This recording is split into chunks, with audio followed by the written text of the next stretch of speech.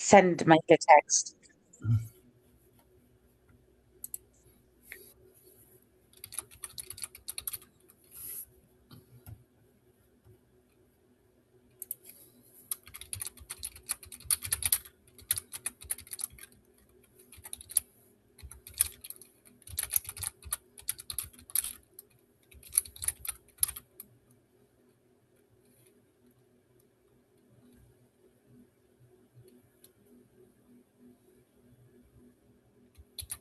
Hello, welcome to the Lunenburg Conservation Commission meeting, April 15th, 2026. We are starting at 7:03 p.m.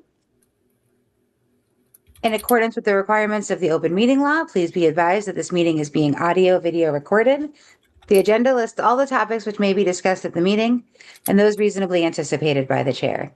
Votes may be taken from these discussions. Not all items may be discussed, and other items may be raised to the extent permitted by open meeting law. Please be advised that the town of Lunenburg utilizes Zoom platform as host for its hybrid and remote meetings. That the Zoom platform utilizes AI technology known as AI Companion to create audio transcriptions of meetings to aid in the subsequent preparation of meeting minutes, and that AI Companion is activated immediately upon launching the Zoom application. You are hereby notified that this AI technology may capture audio prior to the start of the meeting and or following the conclusion of the meeting. Okay, I'm going to start with a roll call. Richard Bursch, Present.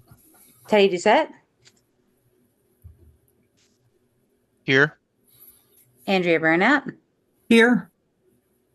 and I am here. Mike LaRouche has not joined us yet, and Mary Wilson will not be here this evening. We do not have any appointments tonight. For public comment, comments are to be limited to 3 minutes and on a subject matter under the direct jurisdiction of the commission. Comments about current agenda items are to be made during the comment period of the specific agenda item. Please address all comments to the chair. Up first, we have Andrew LaMarche on the Holman Street Conservation property. Good evening, everyone. My name is Andrew LaMarche. I'm at 535 Page. Looking to see about the possibility about clearing some down trees that are in the area. I use that location with my family and I quite frequently. There's some large trees in the area that I was hoping to volunteer and help clear up that are much larger than typical handsaw size. So I'm just reaching out to the commission tonight to see about the possibility of doing so. Thank you so much for volunteering to do that. So now my understanding and reading our regulations is that really you only have to reach out to our conservation administrator according to our regulations. And Herlin, that would be, based on our regulations, your understanding too. Yes. Obviously giving you, if you had, any reservations or wanted more information to go before the commission, you'd always have that option. But I feel confident that people could go to you and you could help with those issues. Yes, I can. And if the commission feels like we should bring them up under updates afterwards, I can definitely do that as well too. Okay. Yeah, and I think in the interest of having these things taken care of expediently and, knowing that you're competent to help out with this, I think that would make the most sense for in the future people to speak to you. And then if you're able, because our regulations say that anyway, if you're able to, tell them, give them the go ahead, I think that's the best way to go about it. Okay, so I think thank you for coming to us about this, Mr. LaMarche, and I have no issue with you doing that. Where in the Lane property? There's about 3 or 4 spots in that area that need to get cleaned up. Okay, and then we just put the logs, I guess, over to the side. Correct. Yep. It's just all the marked trails that already exist. Okay. Now, Richard, sorry. Do I have any comments from members of the commission about this public comment?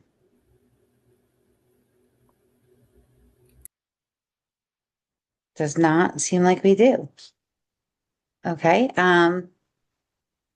So while we have it here, do you think we should we vote on it or? Do we have any dissenting opinions on allowing Mr. Lamarche to clear logs? Teddy, you have your hand up. Yeah, I have no problem with him clearing the logs and placing the dead trees just off the path. That sounds fine. I'm happy if people just go to Herlin. I trust Herlin's judgment on these. Yep, same. Thank you, Teddy.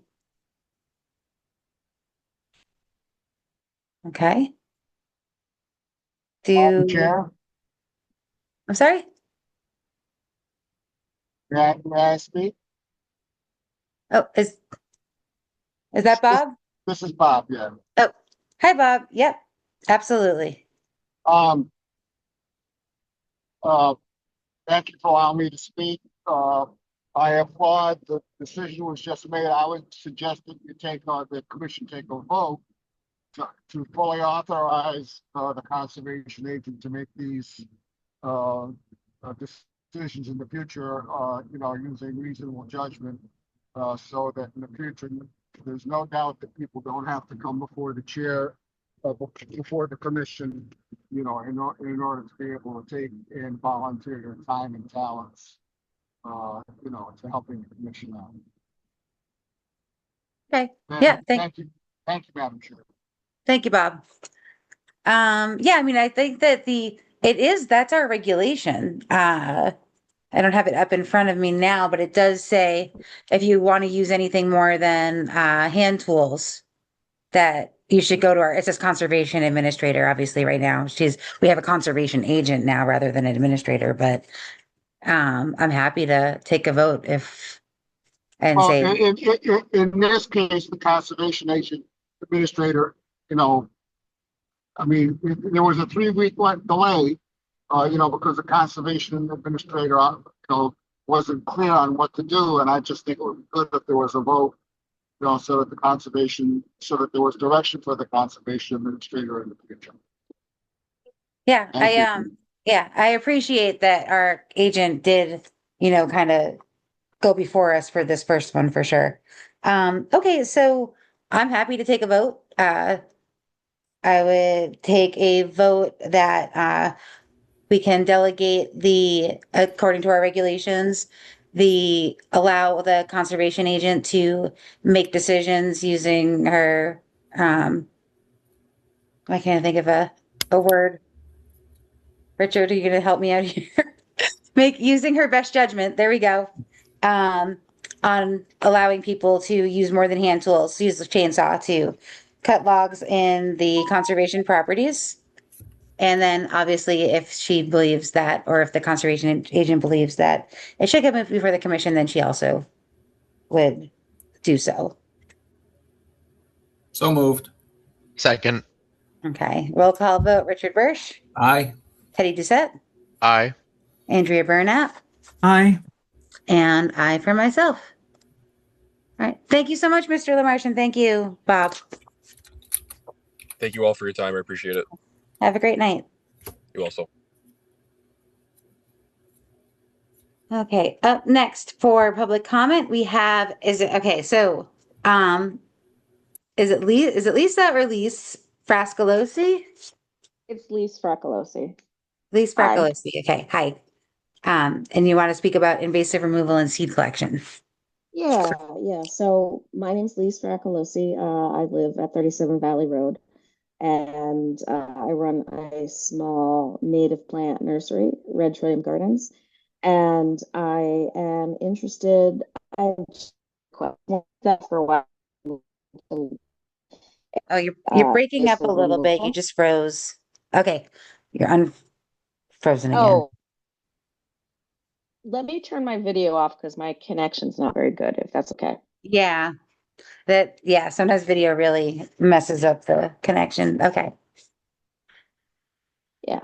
So yeah, much better. I'm interested in leading an invasive removal effort on the Lane Conservation Area. And yeah, the way I'm picturing this would work is this would be something that would be open to the community.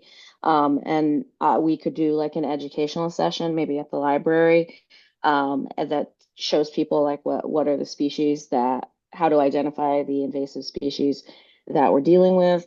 And then that would be followed up sometime shortly thereafter with an actual like field day, kind of go out and remove by hand invasive species. So that's my first thing. Would you rather discuss that first and go on from there, or would you like me to bring up the second thing? But yeah, let's talk about the first stuff, the first part first, which is the invasive removal. Um, oh, Teddy, you have your hand up? Yeah, I just want to say I love the sound of this. Please tell me more about your plan. Unless anyone else has questions at the moment. So I do have some questions. So as definitely a fan of invasive removal, as long as it's done correctly. So, we know that, sometimes invasive removal, especially hand pulling during certain times, it can actually make certain invasives go further underground and pop up in other places.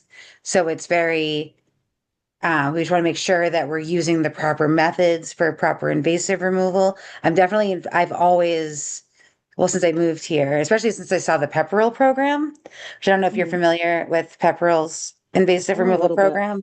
Yeah, I know a They- little bit. yeah, so they have this great program where you can actually go rent tools. And they do, and they're also like a very, I'd say, native friendly program. They promote natives, but there are times when, herbicides are going to, at least in my opinion, and also like Doug Tallamy's opinion, that herbicides are going to be your best bet. So this is like I definitely am for this. I think that this is something that I would want to see like fleshed out and see, just make sure that we're doing it in the proper ways, because invasive removal can get, sometimes you can make things worse. Like I've seen people try to remove knotweed and it gets way worse because they're cutting it, and then cutting it actually makes the rhizomes spread further underground. So they'll Yeah, spread like knotweed's 20 feet. yeah, knotweed's a tricky one. There is knotweed on the land conservation area, a small patch of it. Although I suspect it's going to get shaded out based on where it is. But I was more interested. The invasives that I was specifically interested in, that I think we have a big problem with, is burning bush, multiflora rose, barberry, um, Asiatic bittersweet. Those are ones that can be controlled pretty well with hand pulling. Um, so I think that that is probably the best approach for those. The knotweed, I agree with you. I think that there are some things that you have to use herbicides on, and my personal belief is that knotweed is one of them. Yeah. And I think, well, I also think that burning bush would be another one. Actually, we just removed some burning bush from our property. And burning bush is one, you have to get all of the roots out. Mhm. It will rebud from even the smallest piece of root. The Okay. only way to prevent that from happening, well, if you can get all the roots out, you need to bring in machines to do that, though, typically, Yeah, because it's a depending on. tree, basically. Yeah. So, but the only way to not have that happen is either get all of the roots out or to use a very targeted herbicide, and not like a spray, but like not like a foliar application, but not like more of you paint the stems with like a Yeah, very targeted. So yeah. hand pulling doesn't, and I think again, so I want to say I love this idea. This is something that I've really been in favor of since I moved here, especially there's, a growing amount of invasives in Lunenburg, even since I moved here 2 years ago. So it's something I definitely would love to see addressed. I do think that it's something we just want to make sure that we're doing it right. Mhm. But I'm super in favor of it. That's just my opinion. So I think that's something that we should maybe have a bigger conversation about, in my opinion. Let me hear from other commissioners. Andrea, you have your hand up. Yes, I just wanted to say that I am really in favor of this also, and I'm so excited to see someone come forward and offer to help us with this. And I will be there, at when this happens, if it happens. I'd love to join in and help it happen. Thank you. Thank you, Andrea. Richard, do you have any thoughts on this? No, I definitely agree. It should be a little bit larger discussion because the mechanism of removal is important. So that's definitely something that we do need to discuss and control, as well as the areas that are going to be under review for control. Yeah. Because I just hate to see a lot of disruption in the town properties. And like you said, if you don't get all of the root systems, they'll come back vigorously. So Right. I just want to make sure, like you said, that it's done properly when it's done. Awesome. Thanks, Richard. Yeah, and I think that it's not, I think we have other programs that we can look to, like the Pepperell program, and we don't have to like reinvent the wheel. So we can see what's working in other towns. But I think if you're looking to spearhead this, this is something I'm always like, man, I wish I had time to do this, but I'm doing this. So I don't have time to spearhead something like that. But I would love to discuss this further with you. And, it sounds like we're all very in favor of getting something like this going in Lunenburg. So I really appreciate you coming forward to help us kind of get this going, because I think it's a great idea. Yeah, and I'm happy to take whatever the next steps are there to make that happen. Okay. I don't know. I think that this is something that we could probably discuss offline. I don't think there would be any sort of like open meeting issues about that. And maybe I know other towns have come up with, they have like invasive task forces, and there's definitely things that we can. Oh, Teddy, you have your hand up. Yeah, I just wanted to say, last fall, Andrea and I went to the North County Land Trust and pulled out similar species. I think multiflora rose, the bittersweet. I'm not sure if there was burning bush there, but yeah, there was a lot of overlap with the North County Land Trust and the work that they do. That is all. Oh yeah, so we could definitely reach out to them too, if you haven't already, Lise. I have not. I believe the nearby Peabody conservation area is owned by them, correct? Yes. Yep. Yeah. So, yeah, I haven't worked with them, but I'm familiar with their work, and yeah, we could rope them in, I think. Yeah. Awesome. Okay, so so I think that this could be a conversation that we should definitely continue. I think we're all interested, and we'll figure out what next steps are. And then you had another item that you wanted to discuss.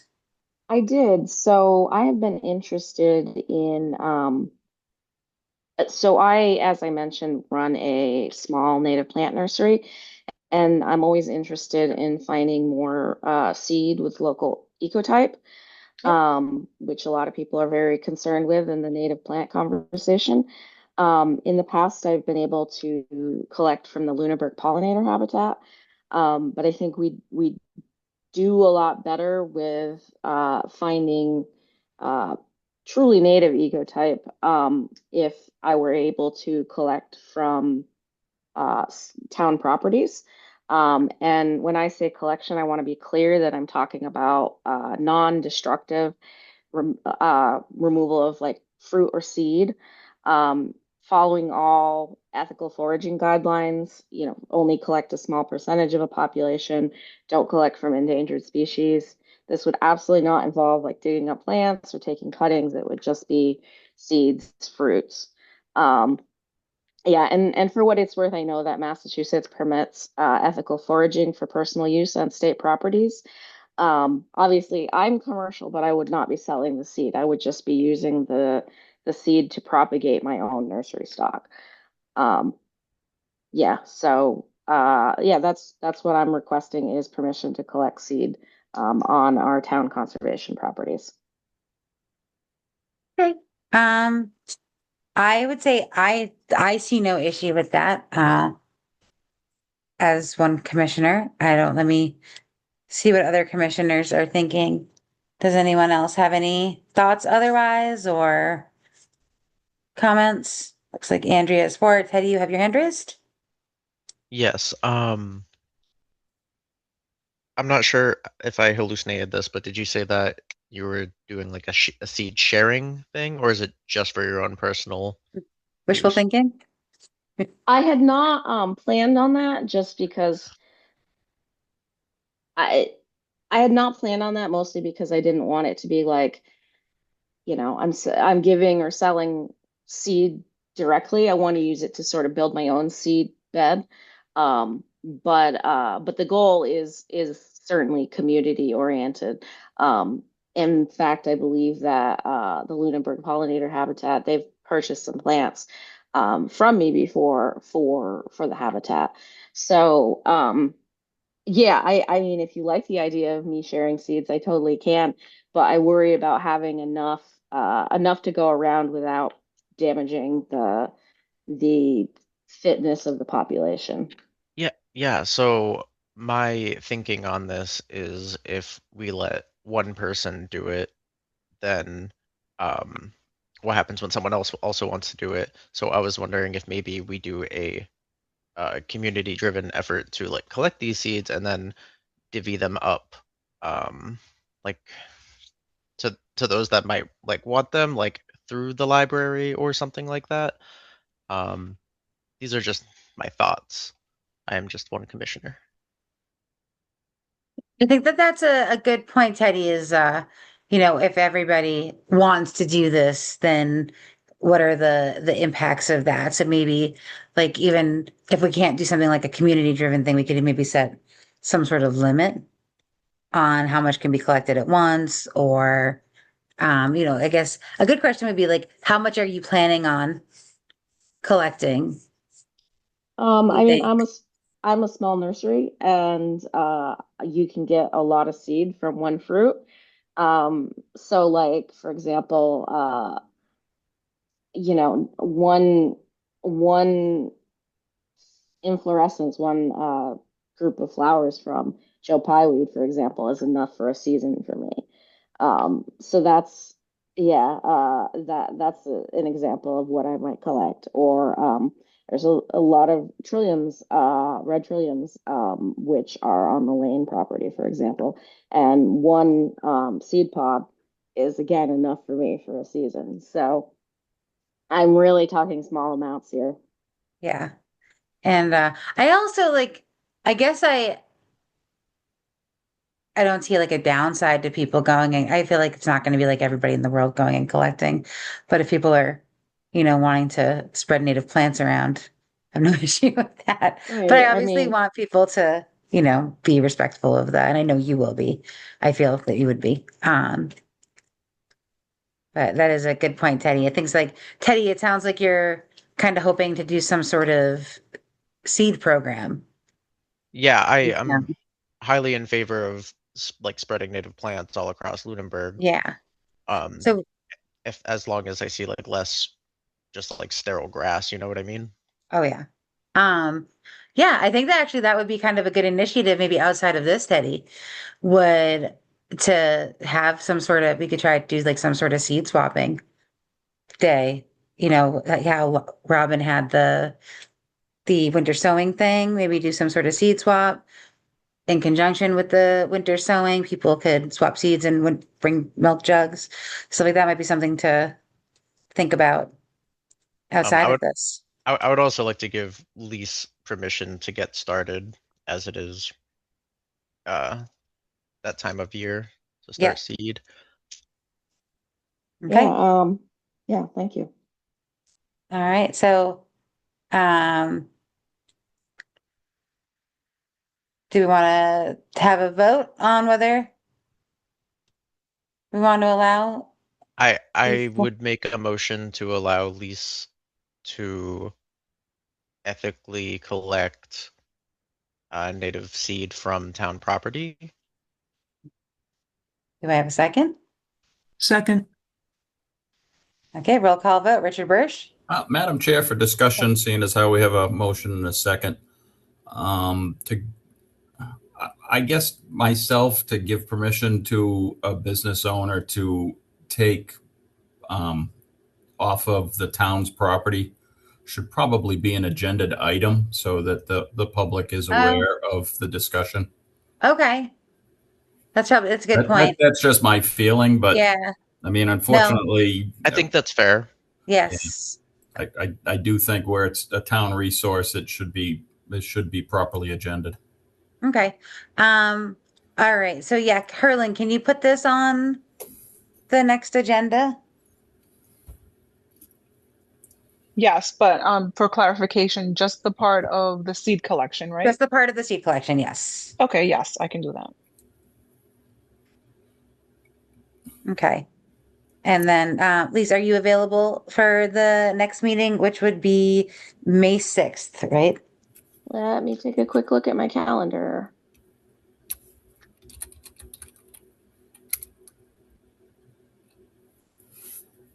It looks as if I am free, yes.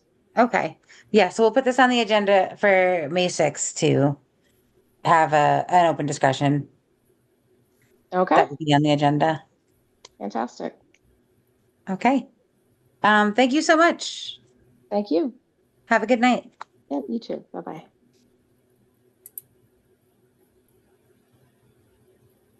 Do we have any other members of the community who have a public comment that they would like to make? Richard, you have your hand up. Yeah, Madam Chair, I did just have a quick question on the format of our agenda. Yep. And is there a minimum size that the text has to meet to be ADA compliant? Oh, that's a good question.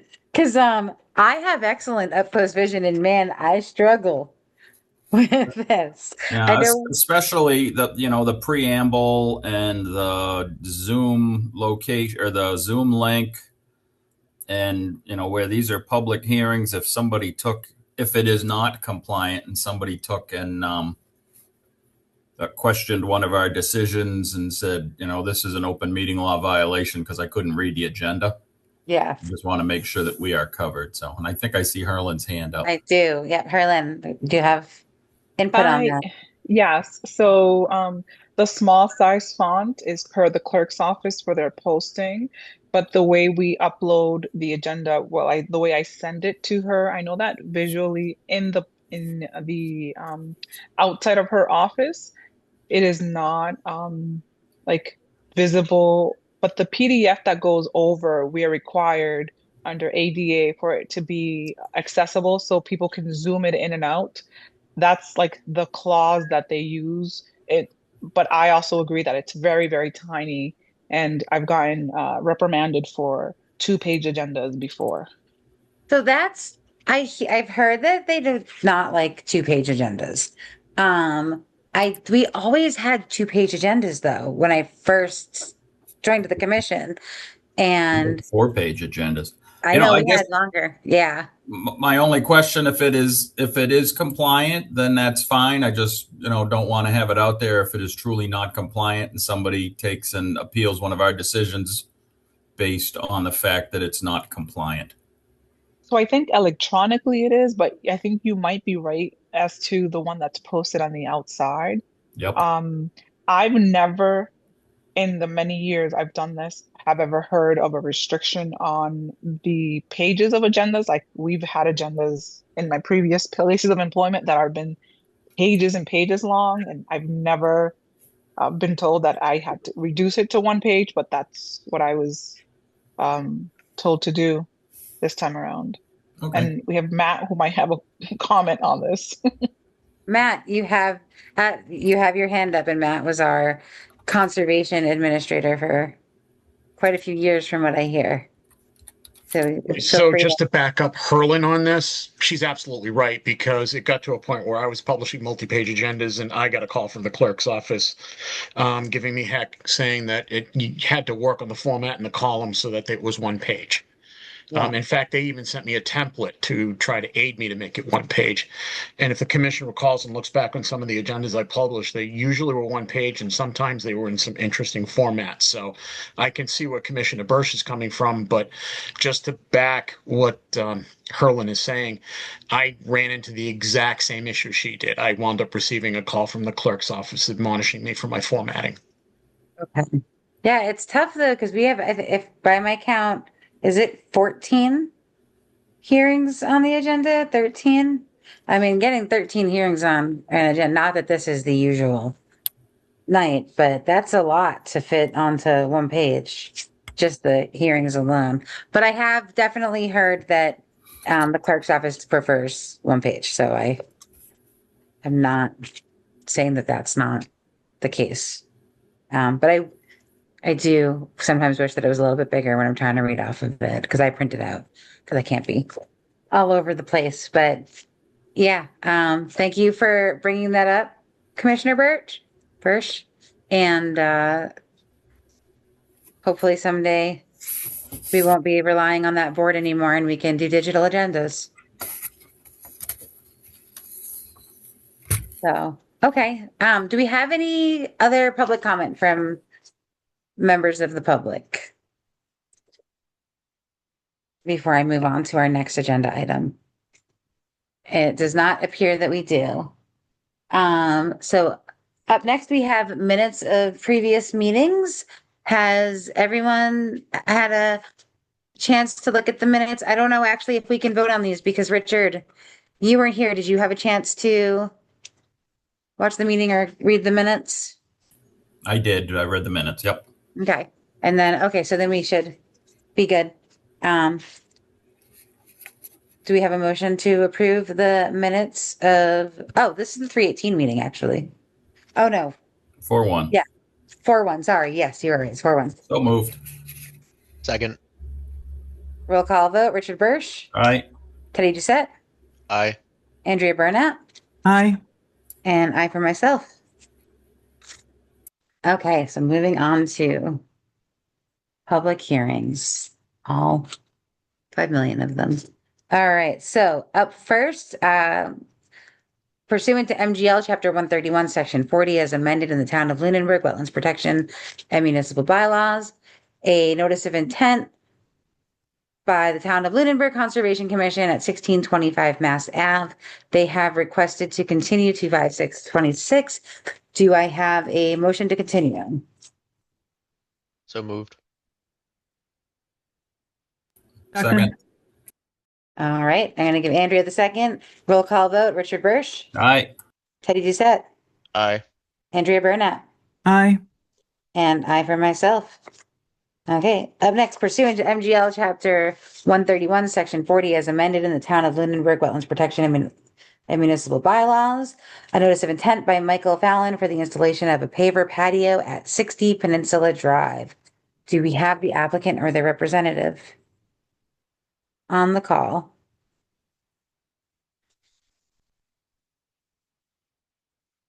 I'm not seeing anyone.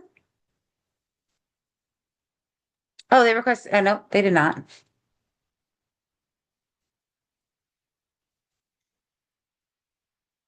Okay, so we did walk this property over the weekend, and when we rang the bell, the owner let us know that they were not around. We did mention there was a meeting on Wednesday. So we might want to, Herlin, you haven't heard that they wanted to continue, have you? No, and actually, I think they're on. Just bear with me because we had a little bit of some issue where the engineer did not want to do this today, but the applicant, the property owner, did. So I sent them if I'm correct, I sent them a 21-day waiver and they signed it for today instead of the 6th and requested that I please put them on today. Okay, So, maybe we hold Repeat the it. address. It is 60 Peninsula Drive, and it's a notice of intent by Michael Fallon. yeah, but I think I spoke. Let me just check my email real quick. Yep.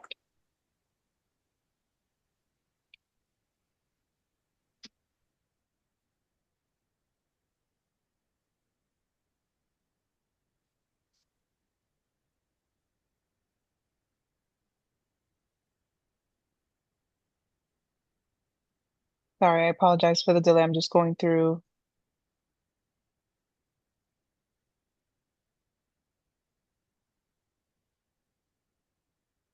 No, this isn't it. No. Yeah, there doesn't seem to be anybody present for this meeting. Was this Okay. advertised properly for tonight? Yep. I believe so, yes. Yeah, I Okay. remember seeing it. I guess I would make a motion to continue to, what's the next meeting in May? May 6th. May 6th. Second. Okay, roll call vote. Richard Bursch, Aye. Teddy Doucette, Aye. Andrea Burnett, Aye. and I for myself. Continue to May 6th, and maybe they'll show up at some point. All right, pursuant to MGL Chapter 131, Section 40, as amended, and the Town of Lunenburg Wetlands Protection and Municipal Bylaws, a notice of intent by Benjamin Builders for the extension of a water main from Reservoir Road to the following Round Road, Parmenter Road, Ruth Street, and Fire Road 15 at 10 Parmenter Road. Do we have the representative or the applicant on the line? On the We call? do, Madam Chair, Ryan Proctor with Dillis and Roy. Okay. First off, I apologize. My camera is not loading without a restart, so I am going to go without one for the moment. Okay. I also believe that Allie from Benjamin Builders is on this call as well. Hi, how's it going? Okay, I do see you there. As so- your screen sharing is working, right, Ryan? It sure is, yeah. Would it be all right if I Okay, do good. so? That's what matters. I just sent a request to Oh, for yeah. permission. There you go. Thank you.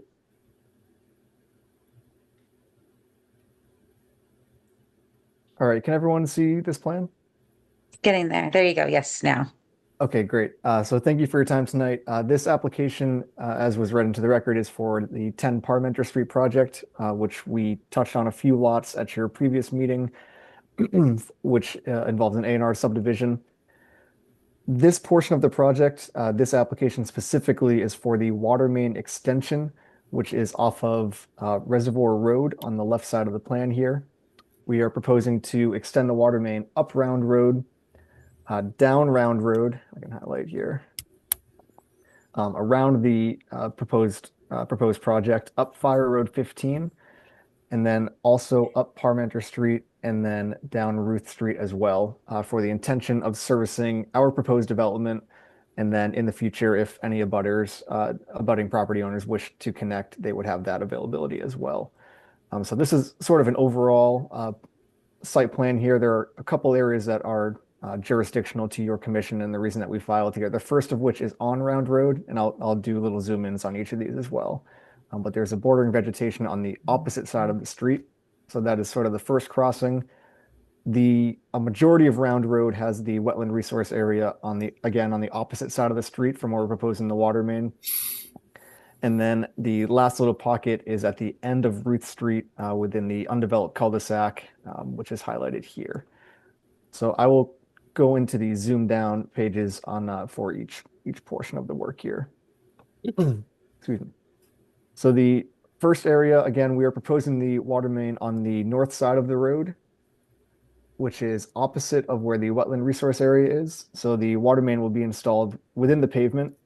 This has been reviewed on site. The whole project has been reviewed on site with the water department and fire department, both of which have signed off on this at this point.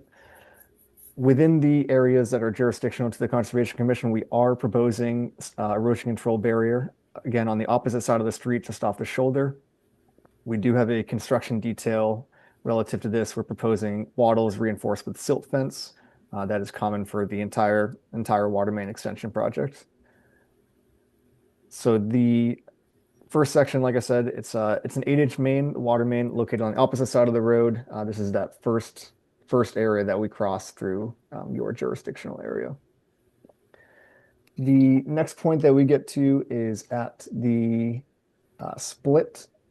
So Round Road continues. It reaches the fork with Parmenter on the top left corner of my screen here, and then curves down to the southerly portion of the site. And again, this wetland resource area is the reason that we were here for a couple of the lots last week, or at the last meeting.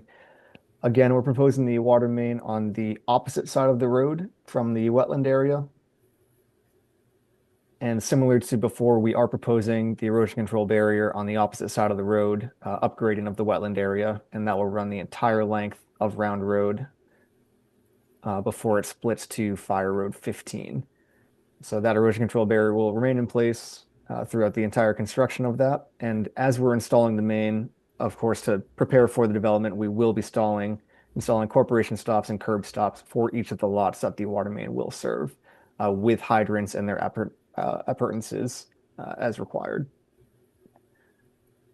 I will pop down to the next sheet here. So the next area that's jurisdictional, this is at the fork. So this is coming down Round Road. This is the split with Round Road, which runs south, and then Parmenter, which runs to the north. This area here is where we have the water main on the same side of the road as this pocket wetland, which is at the corner of the lot. And the reason we did that is because the lots that will be serviced, our lots that we're proposing that will be serviced by the water main, are on the easterly side of the street. So rather than installing it on the high side of the road and doing many cross connections where we're cutting the pavement several times, we're keeping it on our project site side of the road, just to minimize that disturbance within the road. And then lastly, at the termination of the water main in Ruth Street, this is that isolated wetland. This is, as I said, an isolated wetland that is not jurisdictional through the Wetland Protection Act, but is through your local wetland bylaw. And this is just the only work that we're proposing here is the termination of the water main and one hydrant at the very end. And we pushed that down as far as we could to provide a service in the future for any of these homes down off of Ruth Street. And the only other comment I'll make at this time, I believe, and the addresses are blended together a little bit, but I believe we just received a file number a few hours ago for this project, 208-1381, and there are no comments associated with the issuance of that file number. And Herlin, feel free to correct me if I'm wrong and if I have the address wrong, but I saw a handful of them come in. I believe that number is accurate to this project. So I think I'll leave it there at this time. If there's any questions, I'd be happy to take them. Okay. Herlin, you did say that, and even though it's not showing on the EEA portal, you did get a message from DEP that this one has a file number now. Correct. It is on the OpenGov portal. There's no comment from DEP for this one. It's utilities. I must be looking at the wrong one because there's a bunch of 10 Parmenter roads on there. It looks like there's only one left now.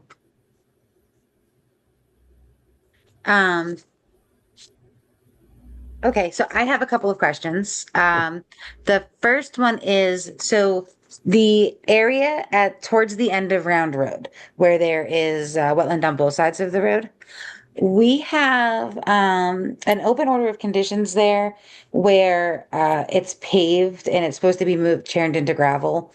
But the DPW has asked us not to have the homeowner do that right now because the culvert that's right there is in precarious condition. Okay. So I don't know if that's something you might want to talk to the DPW about before, if this were, approved before going into the grounds there where that culvert is. So it's just something I wanted to bring up that has been something ongoing. Okay. With the commission right now.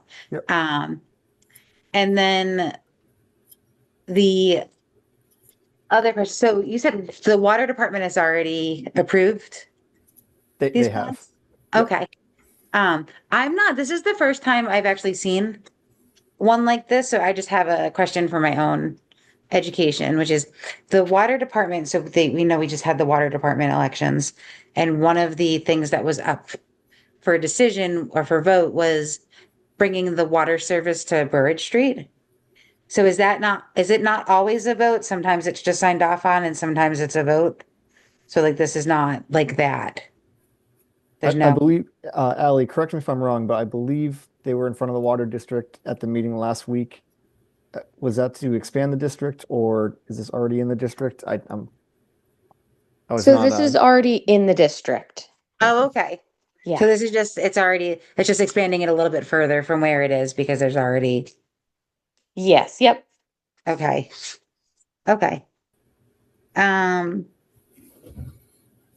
those are my two main questions. Do I have any comments or questions from members of the commission? Richard, do you have your hand up? Thank you, Madam Chair. So this is a public water main being put in, and I guess I was just wondering why the water department wasn't filing for the installation of the water line. Question. You mean, Rich, you mean why do we file personally instead of the water district? Correct.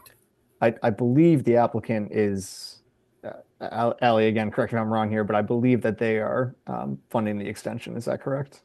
We are, that's correct. Yep, it's a private funded extension. Okay. We are looking to try to apply for grant money, but whether or not that has, if that works out, great. If not, we are footing the bill ourselves. So I think that's why we have to apply. Okay. And so it will be a municipal water line, a public water line once it's activated? Yep, anybody will be able to connect to it, as far as the water department regulations go. Obviously, that's kind of over my pay grade, but yeah, it's available to the rest of the neighborhood and whoever is, able to connect. Okay, so you're installing it and then you'll hand over ownership of it to the water district upon completion.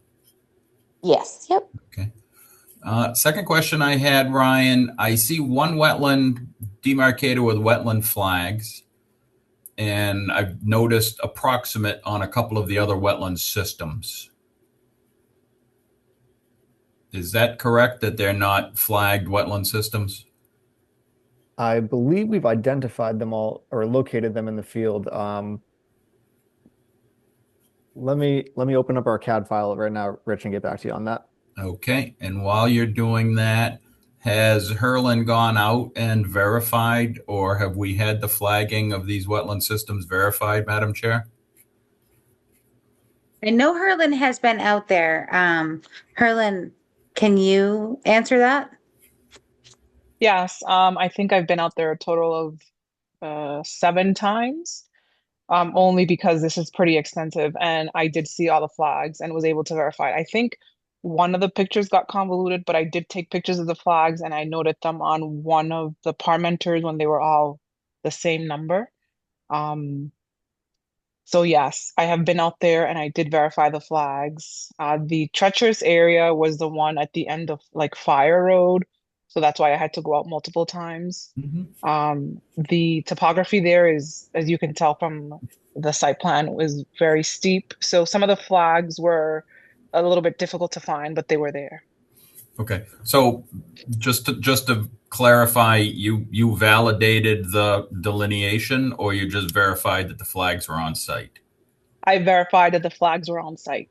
Okay, Madam Chair, given the size of the wetland systems and the fact that there is plans for quite a few houses out on this project, would it be worth it to have a third party just review the flagging and the wetland systems?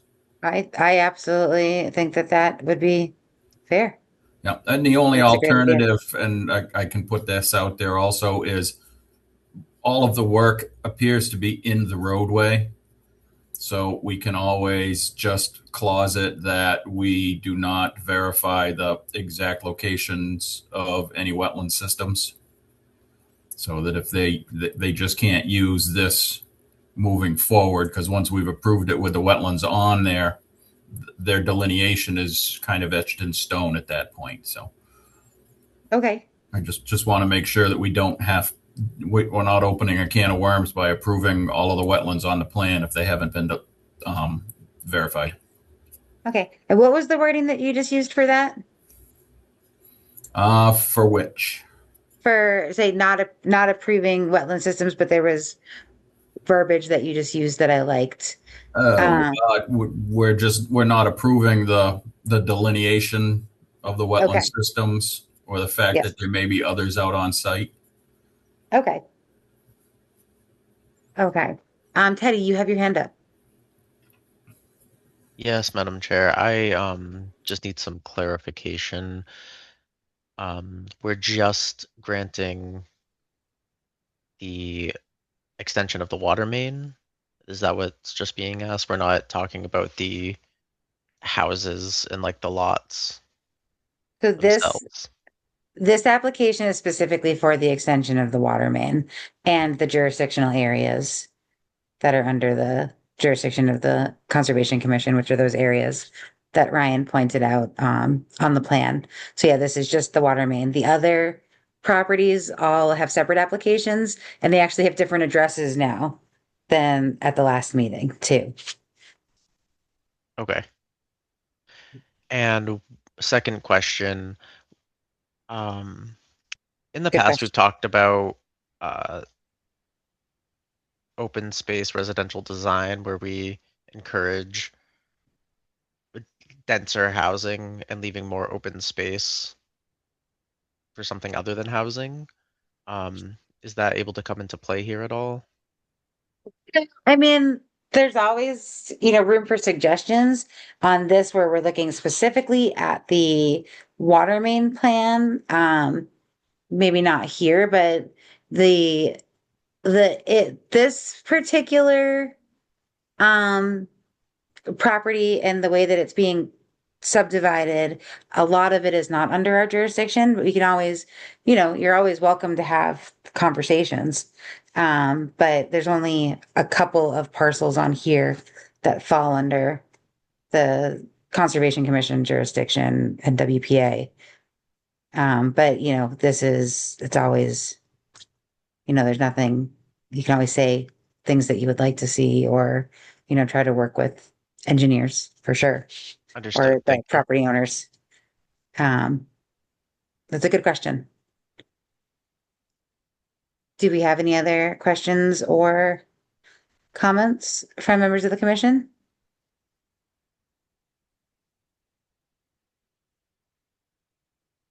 Okay. As Commissioner Bursch recommended, I would be in favor of asking for peer review on this, but not approving delineation of wetlands. Peer review just to look at the wetland flagging and seeing that it's appropriate. I don't know, is that the word? Do I have any questions or comments on that for members of the commission? Well, I guess my recommendation was for one or the other. Either do peer review to ensure that the wetlands are properly delineated, although they're not shown on the map that way, Okay. or to, if we do go forth and approve it, in the order of conditions, just Okay. state that we are not verifying, as all work is within the roadway, we are not verifying the exact locations of these wetlands. Okay. Understood. Okay. So personally, I would be in favor of peer review because of the, parcel size and that's just me. So do we have any questions or do we have any other questions or comments from members of the commission? I would also be in favor of a peer review, and then we can get those properly delineated, Okay. Thank you, Teddy. and I would approve. Herlin, you have your hand up? Yeah, I just wanted to make sure for clarification that the peer review can only be done on the areas that are jurisdictional. So the 3 areas that have the flaggings. Okay. So you're saying that is your it wouldn't be because there are there any wetlands that are on the other applications that are not called out here? I think. No, all the wetland areas identified here are the same as the ones that we filed applications for. Okay. So So it seems- I'll voice that it would, on behalf of the applicant, it would certainly be our preference, like Mr. Bursch said, that where all the work is proposed within the road, I would be remiss if I didn't say we'd certainly like to avoid peer review if possible and paying for that and the timeline that's associated with that. But that's just my opinion, and I understand that might not be the direction we're heading, but I understand that, and I am willing to bend on that. Okay. Richard, do you have your hand up? Yeah, I myself would be in favor of just having the call out in the order of conditions that we are not validating the wetlands that are on the plan. Okay. Where it is all in the roadway, I feel fine approving it with that stipulation. My only other question was back to Herlin. As far as jurisdictional, you also mean jurisdictional under our local wetland protection bylaw, correct, Herlin? Correct. That's exactly what I was trying to get at, Rich. Okay, yeah, so it would be either a state wetland or a local wetland. Yeah, because one of the wetlands is only recognized under our bylaw, so I wanted to make sure. Correct, yep. Yeah, any jurisdictional wetland for the Lunenburg Conservation. So, thank you, Madam Chair. Okay, thank you. Do I have any questions, or do we have any questions or comments from members of the public? Yeah, guys, this is Rich Pearson at 75 Ruth Street. Okay. When you're talking about having the wetlands flagged, I live across from one of the wetlands up there on Ruth Street. Are we talking about like the blue flags that they go out and hang everywhere, or? So, I mean, there's different flags. It looks like the flags that were in there, if I remember correctly, the wetland flags were blue, right? And then there were a lot of pink. Ryan, Yeah, we typically use blue. I believe we inherited this project potentially from another firm, but more times than not, the wetland flags are blue flags. Yeah, the reason why I was asking, I didn't see the wetlands across from our house up on Ruth Street flagged, where all the other ones are flagged in blue. So I'm just curious about that, because lot 2 and 3 that are going in looks like they're in the 35-foot zone, or 100-foot zone, or whatever's going on there. And I just think a project of this magnitude, I'd be in favor of another review if that's what they're talking about. We got wetlands all over the place up in here, and we spend a lot of money protecting Lake Shirley, so I'd like to see as much review as possible. That's my comment. Okay. And Ryan, so you said parcel 2 and 3, Mr. Pearson? Yeah, I believe that's excuse me, lots 2 and 3 are these two. So I believe it's the isolated wetland area. Okay. So is that where at the current time, I don't see any blue flags at all. And I had asked about this a couple of times in some emails with the planning board, but they wouldn't approve the A&R. So I'm just curious. I'd like to know where the markers are when we're looking at these lots. Okay. It's a pretty good little corridor between the little cove right there and that goes over into the wetlands. I mean, it's constant activity with herons and turtles and everything else crossing the road there. So it's a pretty delicate area. Okay. Thank you for your comment. Thank you. Okay. Do we have any other comments or questions from members of the public?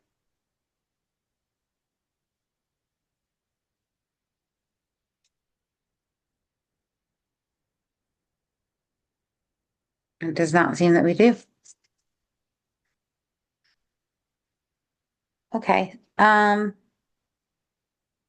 So Richard, you said you would be in favor of approving, but in the order saying that we are not approving the delineation of the wetland site because it's on the road and all the work is done on the road. Correct. Yes, all of the work is being done in the road. There is no site work being done outside of the roadway, I believe. So I just don't want to get us pigeonholed into a position where we've approved this plan with the wetlands on it. Just want to make sure that there is a stipulation in the order of conditions that we have not approved the actual locations of the wetlands shown. Okay. And Teddy, it looks like you are. I agree with Richard on this. Okay. And then Andrea, are you? Well, I do have a concern with the statement from the public about not seeing flags. Not sure what we can do about that at this point. So, I mean, there's the option of requesting a peer review if we were to have a majority of the commission ask for it now. The other option is that this particular parcel also has an application with us. Which address is this, Ryan? This one is just the parent parcel address, I believe. So this one's listed as 10 Parmenter Street. Okay. We do have several lots in front of you. I don't know the new street numbers off the top of my head, but lots Okay. 16, 17, 22, and 23 are before you tonight. Okay.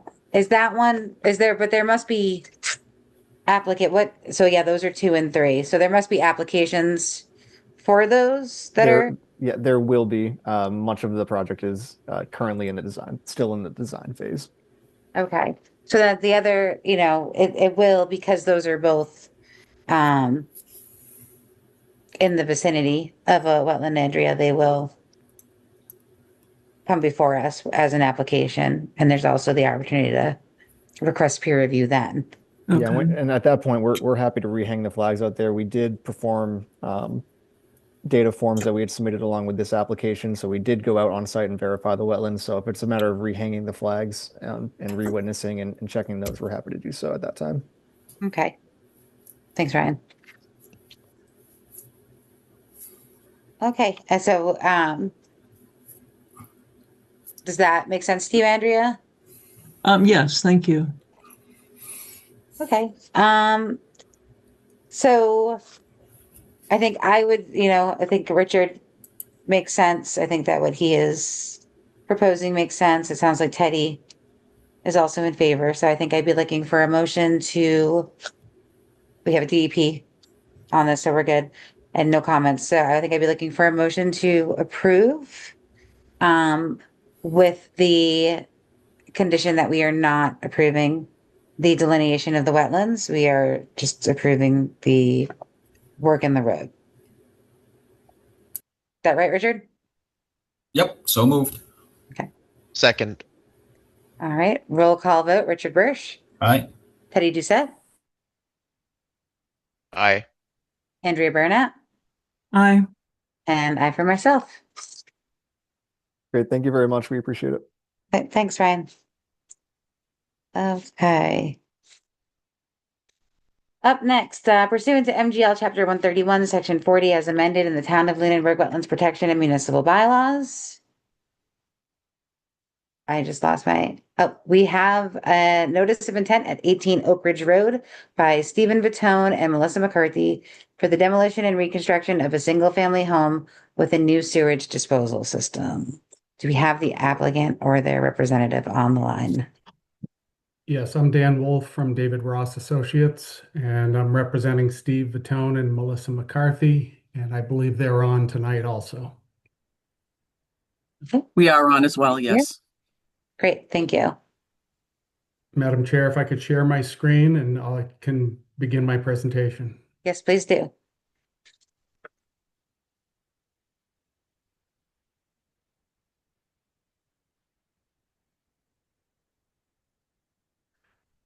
Okay, that should be coming up there. All right, as mentioned in the opening narrative, a notice of intent's been submitted for 18 Oak Ridge Road. This is the property with an existing house and a detached garage. And it was the desire of the homeowner to demo the house and rebuild a new structure basically in the same location. As part of this whole process, one of the first steps that was taken is a Title V inspection was done, and it was found that the existing septic system was in failure, unfortunately. So that was a little delay in us getting going. The existing system is shown here just off of Oak Ridge Road in what is known as the front yard of the house. And just for orientation purposes, Lake Shirley is in the backyard of the house, down in the lower part of the page. So this septic system has been reviewed by the Board of Health and a permit has been issued. Before a question comes up, you may notice that the property line goes right through the system area here.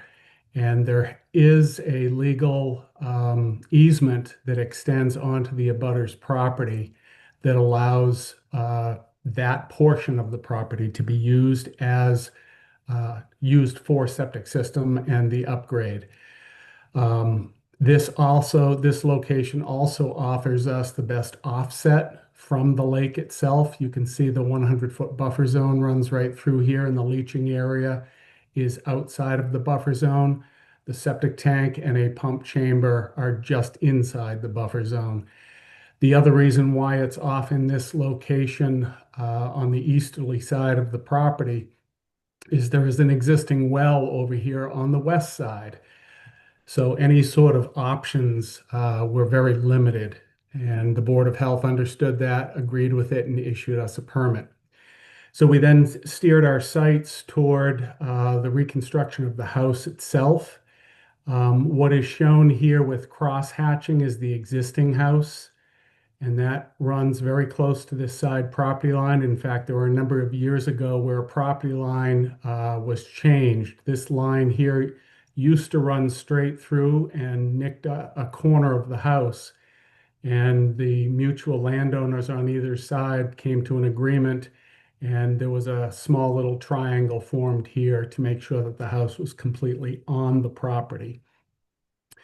So with that being said, and knowing how tight we were to the property, the proposed house has shifted to the west 2 feet, just to give a little bit more work room.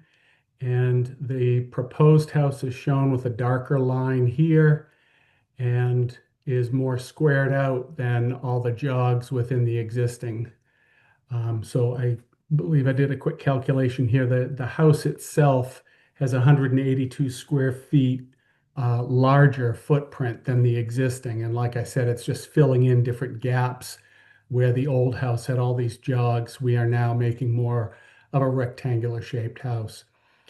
Of more importance to the commission, I'm sure, is the fact that the house itself does not come any closer to the lake than what exists now.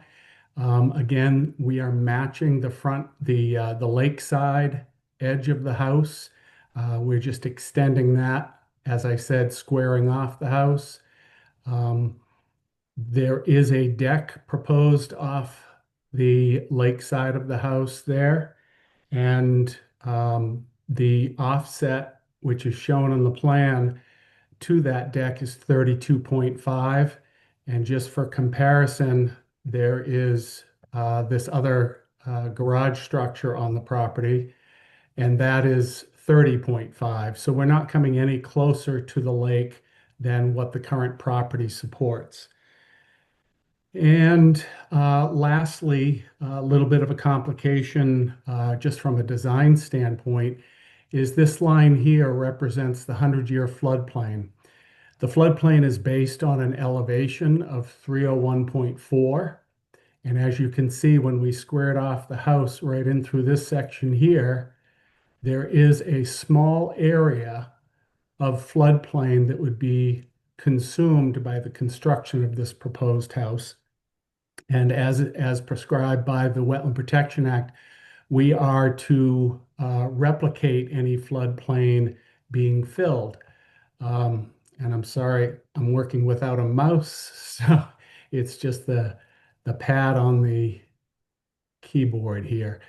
So what we've done, and I want to make this distinction because when DEP issued a file number, they issued the file number with comments in regard to how we provided the replication. And if you've dealt with replication in the past, you know that it's incremental. So if we're spanning, let's say, 3 feet of flood storage, we have to replicate for each foot of storage that's being consumed. So if we were filling in an area from 300 to 301, and again from 301 to 302, we have to create the same amount of volume in each of those incremental stages. What complicated things here is we are compromising an area of floodplain, as I pointed out before, here on this front corner of the house, but it's in a very small area or very low gradient. It goes from 301 to a 304. I'm sorry, 301.0 to 301.4. So what we did, and it's shown on the plan itself, is we've created all the proper replication for each 2/10 step. And that's what has created the incremental flood storage being offered here. So there'll be an excavation area over here. And again, it is very minimal. And that is the area that will replicate any required floodplain that was lost. Again, on the chart on our plan here, we show that the impact of what we're doing only fills about 12.5 cubic feet of flood storage. And through that project that I just pointed out, we're actually replicating 14.3 cubic feet for actually a net increase of 1.7 cubic feet of floodplain volume. I believe that's the gist of everything. Before I keep rambling, I'll throw it back to you. If I can answer any questions, I'd be happy to. Okay, thank you so much. Richard, you can correct me if I'm wrong on this, but it was referenced that they're not going any closer to the wetland than the property is, so they're thinking of the existing garage. I have never heard that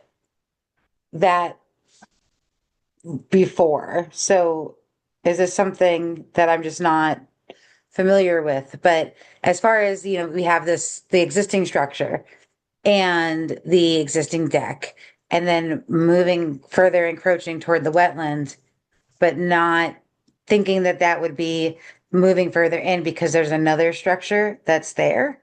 I've just never heard that before. I'm curious what your So I guess just to clarify, the existing garage is staying. That's just a concrete slab garage, correct? Yes, it is. Correct. All right. Are we raising the garage and just putting a new garage back on the slab? No, not at all. There is nothing happening with that existing garage. That stays as is. And is the new house going to have a cellar, or is that going to be on a slab? The new house will have a cellar. It will not be a full stand-up. It would be limited in its height, maybe about 5.5 feet. I forget the exact, but we worked out some of the differences there, and it is not a typical 6.5, 7 foot tall cellar. Okay. And you're aware that the 50-foot buffer line is the no build limit? I am aware of that. Okay. But again, what I'm speaking of is the fact that this is an existing house, and this house comes no closer than the existing offset. We're matching this front line here with the structure itself.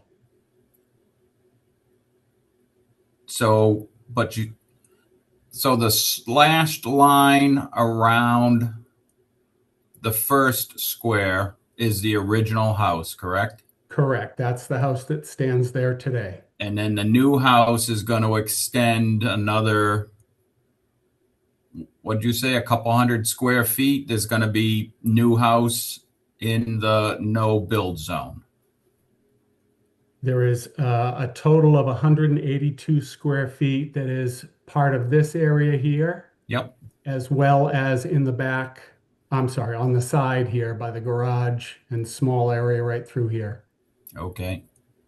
So I guess the way I generally look at it, you can raise the house that's in the 50-foot no build and put the footprint back, but it looks to me like you're extending the footprint into the no build zone with a foundation and a basement where there is currently none now.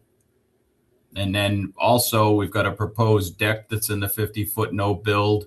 And it looks like we have a landing with stairs that is also in the 50-foot no build that's additional to. That landing with the stairs is part of the existing structure that's there today.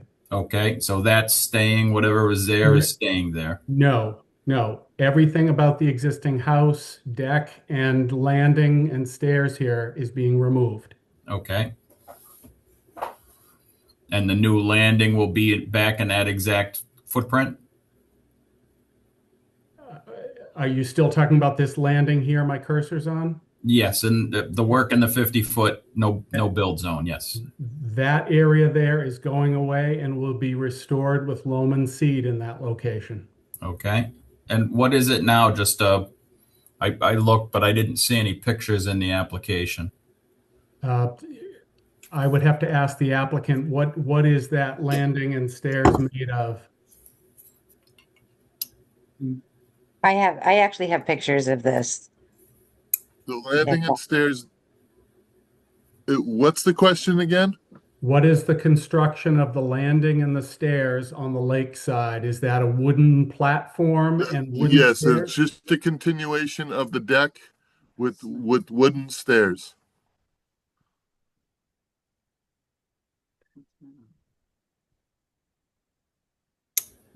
Okay, I guess myself, I would not be in favor of expanding the foundation of the house into the 50-foot no build zone. Thank you, Richard. Harlan, you have your hand up? Yeah, I just wanted to say I did know in the, I don't know if Richard, Commissioner Brush has access to OpenGov, but I did take some pictures of that because I did note that too, of the way the deck looks currently and what is proposed. And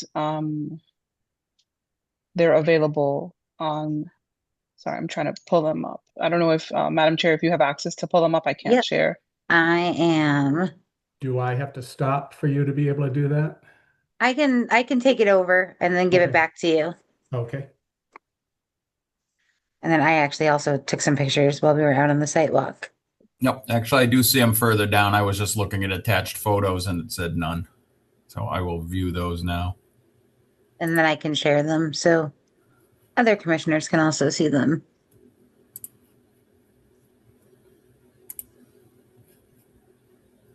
Okay.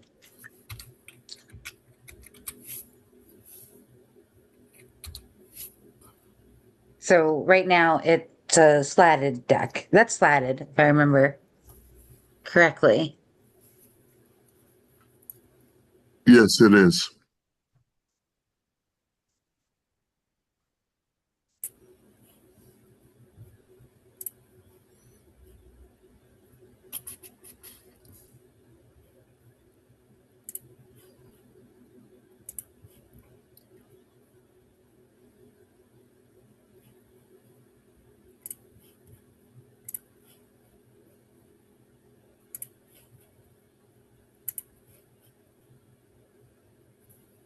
Did I miss any? Let's see.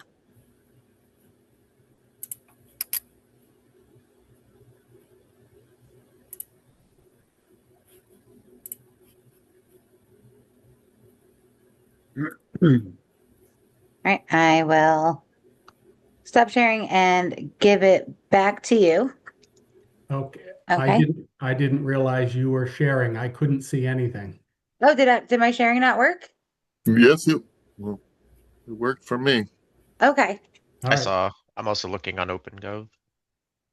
Okay. It must be. Oh yeah, because if I you're had a sharing, you planner. don't always notice when other people are sharing. Okay. It doesn't take over your screen. Okay. So for myself, we are in the past, if somebody has come before us and has wanted to move further toward the wetland in the no build zone or the no touch zone, it's typically we don't really have the jurisdiction to do that. So that would be, I think you could, what we've usually recommended, either going back or going up. Was this already, I'm sorry, you were going to say something? No. Um, was this approved by the planning board already? This does not require planning board approval. It does require that we go to the zoning board of appeals, though. Okay. And again, I understand what you're saying. I find that each town rules on these things in different ways. I have worked in other towns that quite often will say, as long as the structure does not come any closer to the resource area than what the current structure does. That was the meaning behind my presentation to say that. I've heard Mr. Birch's opinion that he wouldn't like to see this area become a structure with a foundation under it. And again, some of these decisions were made to try to keep more uniform building with straight walls as opposed to all the jogs. So again, the layout was based on this front wall of the existing house simply extending and not coming any closer to the resource area. Okay. Do we have any other questions or comments from members of the commission? Teddy, you have your hand up. Yeah, I would be willing to accommodate the straight lines with the no jogs throughout the house. If there were additional restoration aspects to the native land, such as like just some native plantings that would feed the ecosystem around the protected area. Thanks, Teddy.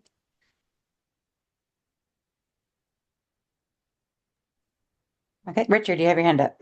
Yeah, is there a reasoning that we can't just slide the house back from the 50-foot no build and then you can square it off with the 50-foot no build boundary line? Yeah, the issue behind that is, as you can see with this oddly shaped property line, we don't have opportunity to just simply move it forward. What has to happen is that the whole house has to move over closer to the existing garage. And again, this currently serves as the one of the main entrances coming from the garage into the house. And right now, the offset between the two is about 9 feet. And to make any appreciable move forward toward the road and away from the resource area, that offset simply becomes little to none very quickly. So again, I understand your point, and we looked at that and didn't want to compromise on what is already a fairly small distance between two detached structures, 9 feet right through here. Right. Teddy, did you put your hand back up or is it still up? Yes. Okay. I was wondering if the foundation was going to be torn up and a new one poured. Yes, it will. The existing foundation would not support the new structure at all. Thank you. So, and just to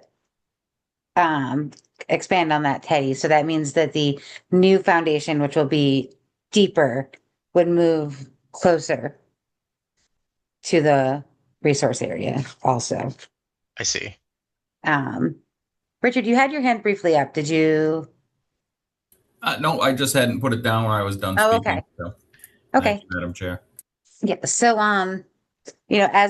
as one commissioner, I just don't believe it's in our jurisdiction. We have the 30-foot no touch and we have the 50-foot no build. I don't think it's within our jurisdiction to allow something that is outside of what's currently existing unless there's a hardship. Well, Madam Chairman, if I could, the 30-foot and the 50-foot are written directly in your bylaw, of which you do have jurisdiction. And I feel it's my part of my responsibilities to try to find middle ground between what the applicant's looking for and what I hear that the commission would like. My question to Mr. Bursch and then to the rest of the members as well is, if the deeper portion of the foundation followed this wall and then another foundation came out but was not deep in the front here to support the full structure that we show here, would that make a difference? And again, I'll repeat it for clarity. This portion here that I'm showing with my cursor could be a full cellar wall, as we've discussed, with the cellar space being here. But out in this area would be nothing more than a frost wall down 4 feet and no space below it. Would that be a compromise to know that there's no additional space in here? For myself, Madam Chair, no. Unfortunately, the no-build zone is the no-build zone that we're trying to defend. If we, again, start giving waivers in this area, for one, we have to give them for all. So I would not be in favor of any more development in the 50-foot no-build than what is currently there.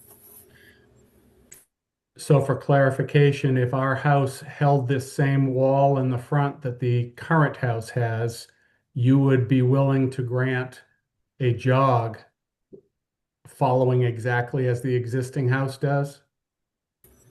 Yes, as long as there is no more development in the 50-foot no-build zone.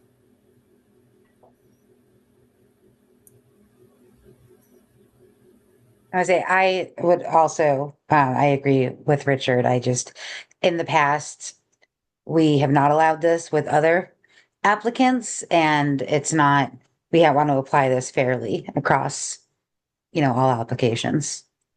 And this is the bylaw. Actually, I think it's written in the regulation, not the bylaw, but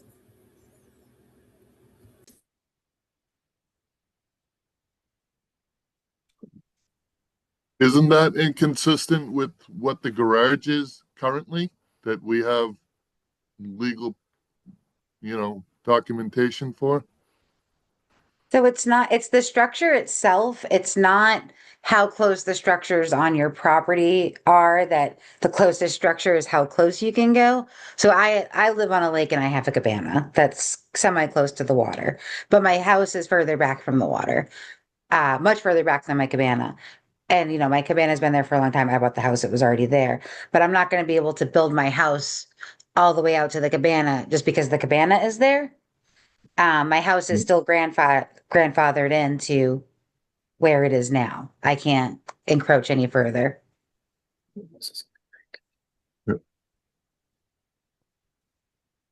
So it's the structure itself is what the existing structure is, what it's based off of. Not all of the structures on the property, if that makes sense. Kinda. I just don't understand how the existing house is, we're just squaring off what's already existing. I just don't understand how, I'm not asking to move, even if I understand if the proposed deck wouldn't be allowed, but with what Dan just mentioned, I'm surprised with all the effort we did to try to move this as smoothly as possible that we can't,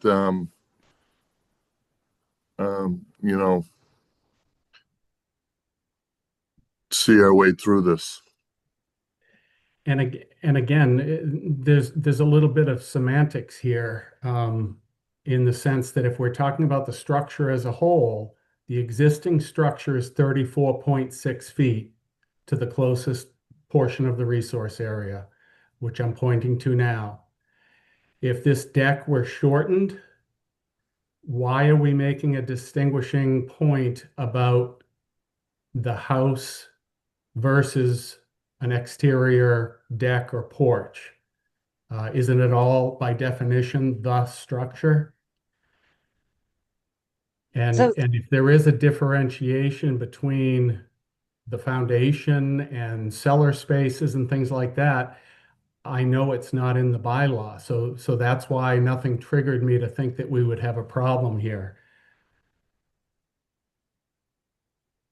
So, I mean, as far in my experience on the commission, an existing structure, and is my understanding of our regulations and bylaws, an existing structure is what exists now, not if it were to be squared off or how far a part of it is, means that that's how far it is, and everything else should be able to be the same distance away from the wetland.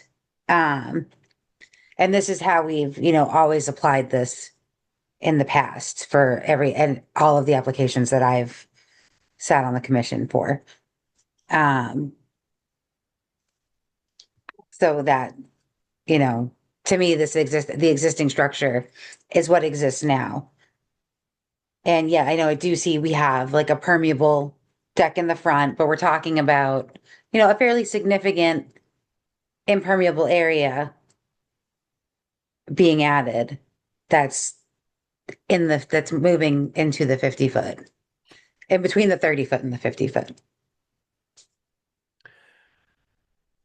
Okay, we're obviously at an impasse. I guess we would appreciate if the commission would be willing to continue the hearing, allow us to rework some ideas, and take your comments into consideration.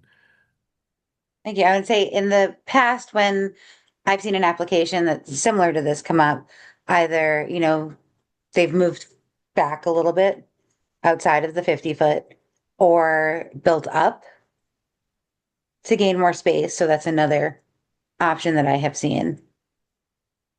Okay, and as I've described, we've got a fairly small lot with irregular lot lines and an existing building to maintain, that being the garage, that really prevents a lot of those options, or at least takes away those options. So we will, as I say, if you'd allow us the time, we'll take another look at this and see what alternatives we can consider. Okay. All right. Is the May 6th meeting? Why don't we ask for a continuation to May 6th? Hopefully we can come up with a quick resolution, but if not, I can certainly contact Herlin to have that extended again, if that would please the commission. Yep, that would be great. Okay, so I'd like to be looking for a motion to continue to our May 6th, 2026 meeting. So moved. Second. Okay, roll call vote. Richard Bursch, Aye. Andrea Burnett, Aye. Teddy Doucette, Aye. and I for myself. Thank you so much. Thank you very We'll much. see you then.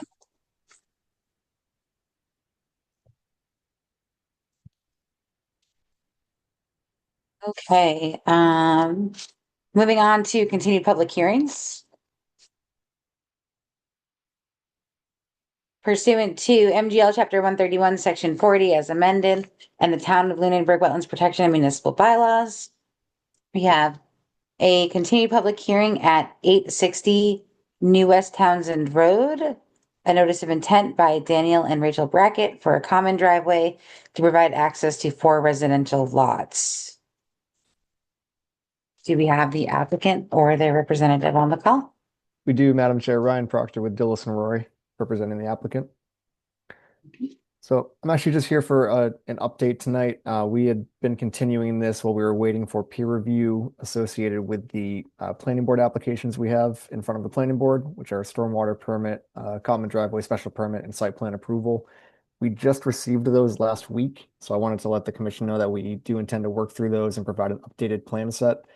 However, at this time, we'd like to, if the commission is agreeable, continue to your May 6th meeting so that we can update the plan set and then have a common plan in front of your commission and the planning board moving forward. Okay, thanks, Ryan. All right, do I have a motion to continue to May 6th, 2026? So moved. Second. All right, roll call vote. Richard Bursch, Aye. Andrea Burnett, Aye. Teddy Doucette, Aye. and I for myself. Thank you. Thanks, Ryan. Okay, up next, pursuant to MGL Chapter 131, Section 40, as amended in the Town of Lunenburg Wetlands Protection and Municipal Bylaws, we have a notice of intent at 19 Island Road by Hickory Hills for Landowners Inc. for the construction of a handicap parking area, ramp, and dock. Do we have the applicant or their representative? I see Matt Morrow here. Good evening, Madam Chair. Matt Morrow representing Hickory Hills Landowners Association. I notice also on the Zoom meeting is John Fortune, also from the association. If I could be permitted to share my screen. Absolutely. So I did upload the stormwater calculations.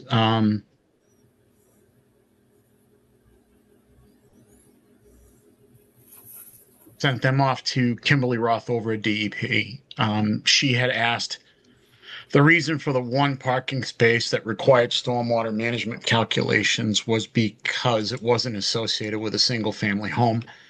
If it was actually associated with a single family home under regulation, it would have been exempt. So the stormwater calculations that were submitted and uploaded to the portal actually show, like, here's the existing gravel area, the parking space, regrind surface, which I know the commission had spoken about being potentially pavement, which we could do either or. The drainage calculations that we submitted wouldn't change. So what we would propose as far as stormwater mitigations based on this to start its calculations is a vegetated buffer strip along with a small rain garden that would capture overland flow heading out to this section here, intercept and mitigate any stormwater flows. The commission also asked to have proposed erosion protection put on the plan. That is proposed here. There are also some details on the construction of a rain garden. It's the association has done this many times before with rain gardens and plunge pools. This is something that is pretty much in their bailiwick and pretty simple to do. I believe that was it based on what the commission wanted. I just wanted to zero around to show you guys the plans. There's planting details, there's erosion protection details, everything to mitigate stormwater, etc., is detailed onto this plan. Very standard, very easy to implement, very quick construction. All right, thanks, Matt. You're very welcome. Do we have any questions from members of the commission? Madam Sure. Chair, Yep. is there an O&M plan for the rain garden? Oh, that's a good question. Well, there's really no O&M plan for a rain garden. It's not meant to capture silt. It's meant to actually attenuate volume of stormwater. So the way this would be planted, you'd maintain it like any other garden. You would prune it, you would mow it if it needed to be mowed. The particular planting palette that is in here, let me zero in on it.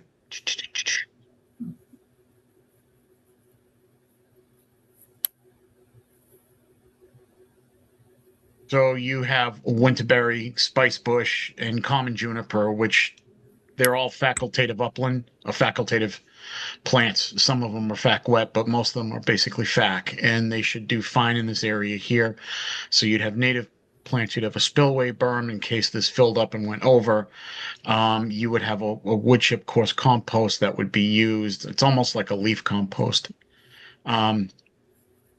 Maintaining it's a very small structure. Writing a full-blown plan probably be a little bit of an overkill, but it's up to you guys. I mean, we can, if you want to add it into the order, we can submit something. It probably only would be a page or two long. Yeah, I honestly, Matt, I guess I would just like to see something that acknowledges that there is maintenance involved to make sure that the rain garden is maintained so that it does perform properly. Yeah, I mean, I can submit that subsequently if the commission's okay with it. Like I said, it's a a short write and pretty simple to implement, but it would accomplish what you're asking for. If you guys are probably not aware of this, but I've been doing a lot more stormwater as well as wetlands now too, because of the rise of stormwater management with EPA. So I've got a lot of templates for items like this that I can draw from. Okay. I think that just having something, just acknowledging that it will be taken care of, because there's some work involved in maintaining a rain garden. Sure, no, not a problem at all. Okay. Do I have any other questions for members of the commission? Do we have any questions or comments from members of the public?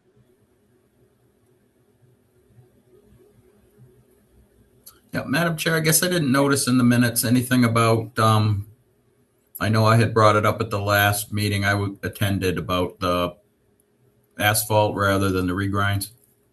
Oh, right. Did you? And I think at that time, the applicant actually said they would rather it be asphalt than regrind.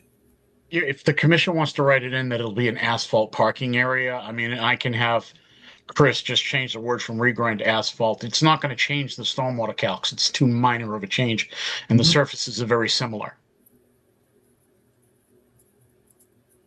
So it's not going to change any numbers for something this small. So, I mean, that's just a change in the labeling. Okay. I mean, I have no issue with that being changed after.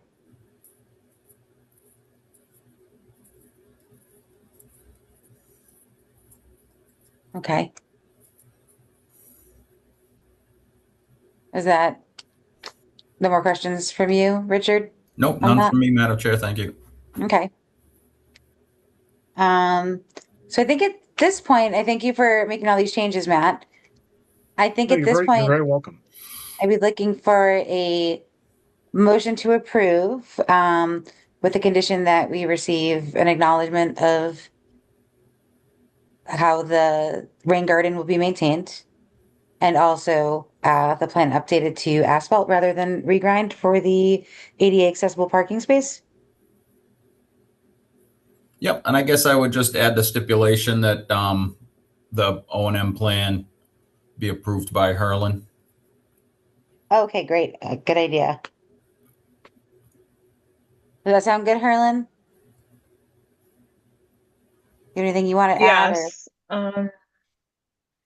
It's something we can also put on the conditions. I think if you guys were going to approve the project, just prohibited activities, if you guys want to discuss that on, I know that Matt sort of described what the purpose of the rain garden was, but if we can get like invasive species control and debris management, something written up, I would appreciate that. Awesome, thank you. Did you want that as part of the rain garden plan? That would be great. Yeah, no, I can add that. I mean, a lot of O&M plans and SWIP plans, and perpetual maintenance plans usually have an invasive component, so I'll make sure that's added into it. And then also ownership and responsibility. Is it going to be Hickory Hills, the association who's going to maintain it? Yeah, it's on their common property, so it would be their responsibility to maintain it. So. Okay. And that's it. Thank you, Herlin. Okay, so I guess back to motion to approve. I would be looking for a motion to approve with the condition that the proposed regrind surface become a proposed asphalt surface for ADA accessible parking, that there is a O&M for the rain garden that will be submitted to Herlin for her approval with the rain garden plan. So moved. Second. Roll call vote. Richard Bursch. Aye. Andrea Burnett. Aye. Teddy Doucette. Aye. And I for myself. Madam Chair, thank you very Yes. much. Oh, and before I go, excellent discussion on the invasives management, by the way. Oh. Check out Concord's website. They've done a ton of work over the years on invasives management. I saw that you had sent something over. I appreciate that. Yeah. Check it out. It's really cool. Awesome. Thank you so much. All right. You're very welcome. Guys, have a great night. You too. Okay. Up next, pursuant to MGL Chapter 131, Section 40, as amended in the Town of Lunenburg Wetlands Protection and Municipal Bylaws, a notice of intent by Mike Pataski for the construction of a single-family home with a garage at 922 Flat Hill Road. Do we have the applicant or their representative on the call?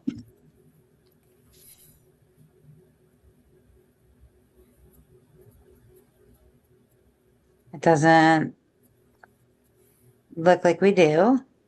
Herlin, have you heard from them that they wanted to continue? I have not, and I believe we received comments from DEP yesterday. So my thought process is that they are going to try to address these before they come forth in front of us. Okay. So I think maybe looking for a motion to continue to our May 6th meeting. So moved. Second. Okay, roll call vote. Richard Bursch, Aye. Andrea Burnett, Aye. Teddy Doucette, Aye. and I for myself. And can you just let them know that we continued, Herlin? Yes. Okay. Up next, pursuant to MGL Chapter 131, Section 40, as amended in the Town of Lunenburg Wetlands Protection and Municipal Bylaws, a notice of intent by David Catralis and Corey Dow Catralis for an addition and removal of a stone patio at 189 Hemlock Drive. I do see the homeowners. Do we also have a engineer on the We do. line, or? Yep, Ryan Proctor, Dillis and Roy. Oh, okay, great. I forgot it was you, Ryan. Yep. We do so many now, so it's hard to keep track. Would it be all right if I shared my screen again? Absolutely. Great.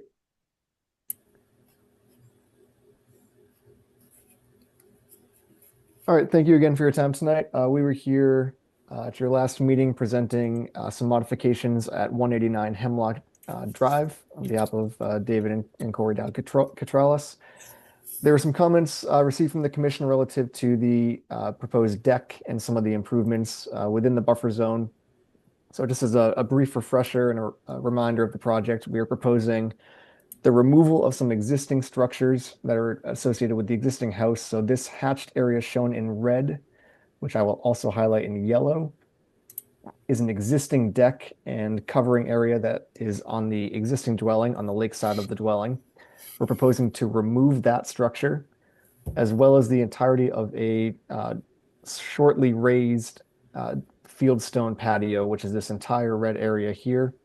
Proposing to remove all of that infrastructure from the buffer zone and reconstruct an addition, which I will outline here to the northwest and on the lake side of the house as well.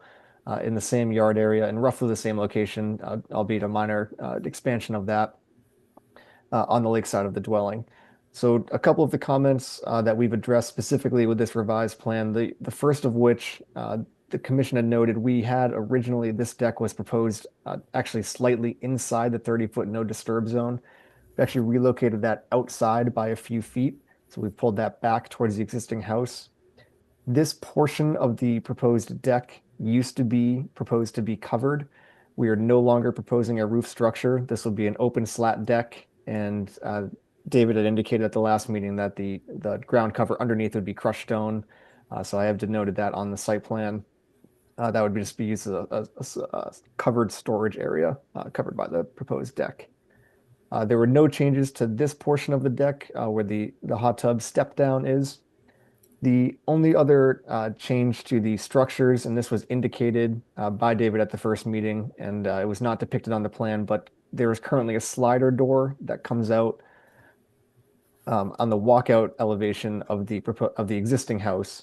So we are proposing a roof structure over that And then this area would be where the permeable pavers that we spoke about last meeting would be pulled back from the house. And we're, again, not proposing to replace any of the field stone that is closer to the wetland area.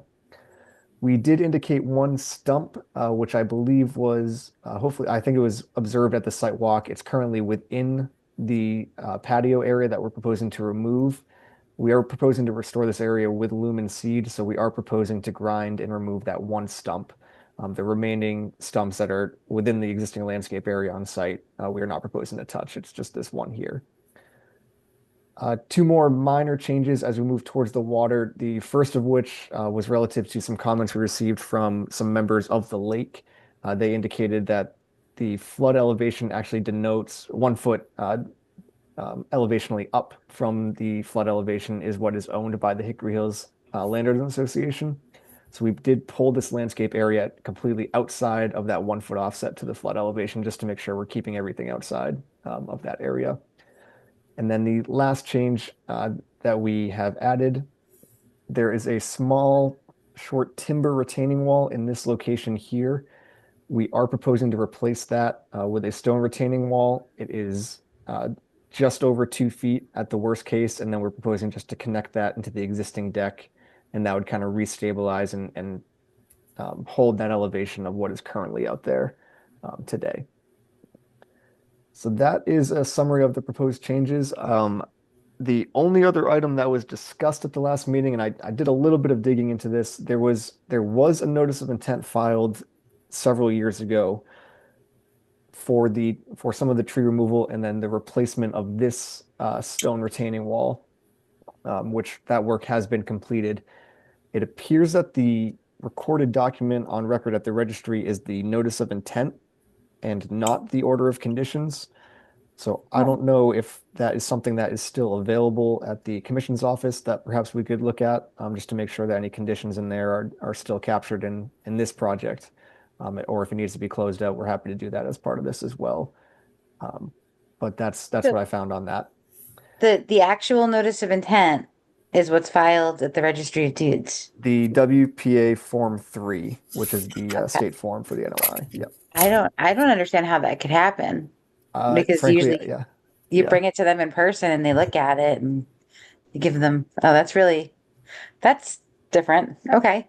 Yeah. So it is spelt out in that, and I did find some minutes. It is relative to the replacement of that retaining wall, which I know that work has been done. There was a timber wall that they replaced with the blocks. So, but that's what I found on that.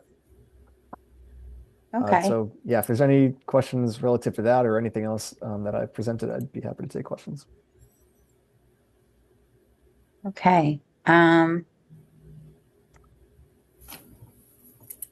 it looks to me like everything we asked for is addressed here. Do we have any questions or comments from members of the commission?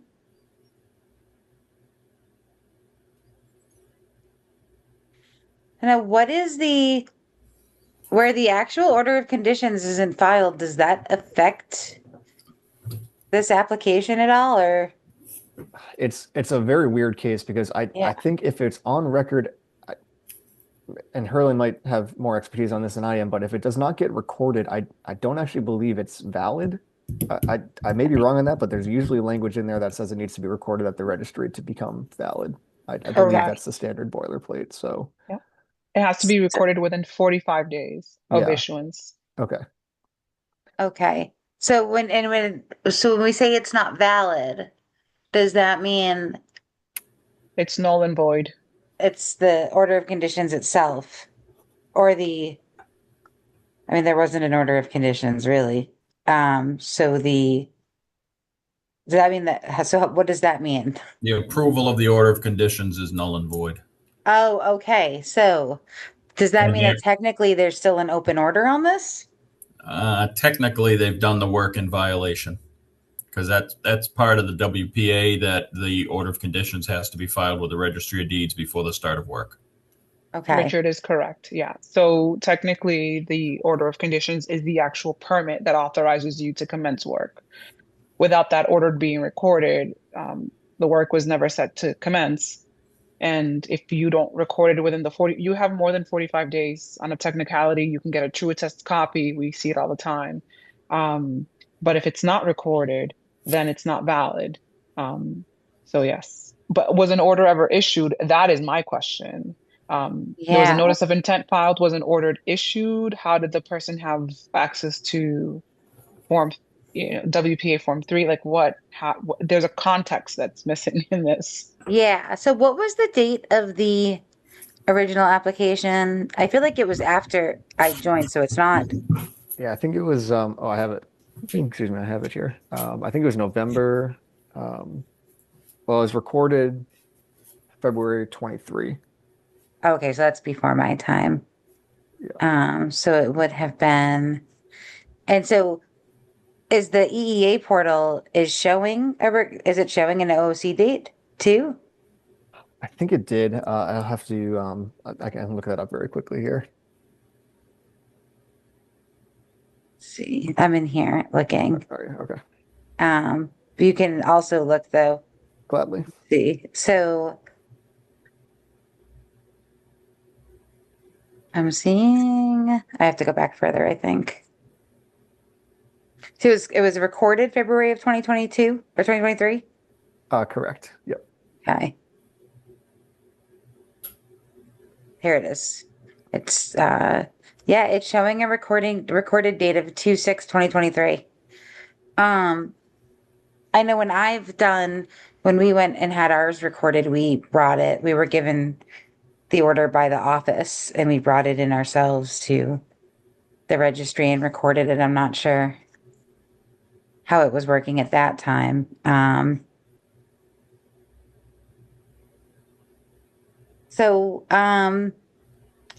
Harlan, you have your hand up? Yeah, I just have a question for Ryan. Did you find this doing a little title search at the Registry of Deeds? I did not do it. Yeah, I didn't do a title search at the registry. I was on their website and I was just kind of searching through old records for this property address. Okay. I'd found it there. It was not under an order. It was under a permit or something or another title. Okay. So is it possible that somehow the wrong paperwork ended up in the Registry of Deeds, but no, because it's just weird that the DEP would record it as seeing that there's an order of conditions that's been recorded at the registry and they wouldn't even look at it and see that it's a WPA 3. I'm gonna ask the homeowners, was the Mr. and Mrs. Catralis, were you the people who brought the form over to the registry or did somebody do that for you? We didn't touch any paperwork. We hired the contractor to do everything and took care of everything as far as we knew. Okay. I mean, obviously somebody brought something there, so just very strange. Yeah, the applicant was different than the owner. So I don't know if something maybe got lost in translation or something. I'd be speculating if I guessed anything here, but yeah. Okay. The only thing I can say, I mean, clearly the work that they intended to do has been done and is stable and has been for some time because it's located on our site plan. Obviously, we don't have the list of conditions if there were any, to review, but at least the retaining wall replacement certainly is done and stable. Okay. And this is outside of the RDA that was done. There was also an RDA. I remember since I've been on the commission, that's correct. Yeah, that was totally a separate case. Yeah. Yeah. Okay. So I guess the question here is, how do we move forward? With there's still an open application. With no recorded order of conditions. There may be one in the office somewhere. Harlan, you have your hand up. So it's technically not open. The notice of intent expires after 2 years from filing. And since the decision was never recorded, it's null and void. So there's no open order or okay. So in order for that order to become, I have to do a little research, but technically in order for that order to be valid, it also needs to go to DEP and they would have a record of it. And then they have an open order on their end too. I can just quickly look on the NOI lookup. Let me just, Okay. so when we say null and void, the actual order doesn't exist, basically, if it's not recorded. Okay. Just bear with me. And this was in 2023? 2022. Yeah, So I so can- It's number on the fourth 1282, page. Herlin. Oh, there's a DEP file number, okay. Yeah, 208-1282. 1282, yep. Yep. So according to DEP, they did receive the order of conditions. It says they received it on February 6th of 2023. So we must have it somewhere. I would have to look for it. There was legislation passed recently that extends, and there's an automatic extension that happens to order of conditions or permits issued. So technically this order is still valid.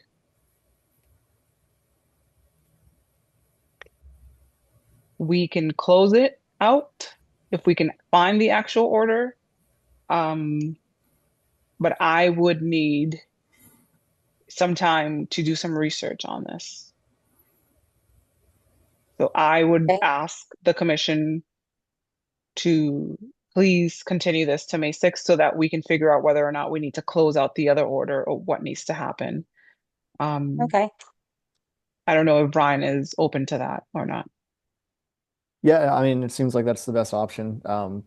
Yeah, and if we need to request a COC, or if there's, perpetual conditions or whatever, or anything that needs to be carried over into a new order for this project, should the commission find it approvable, then we're happy to do that.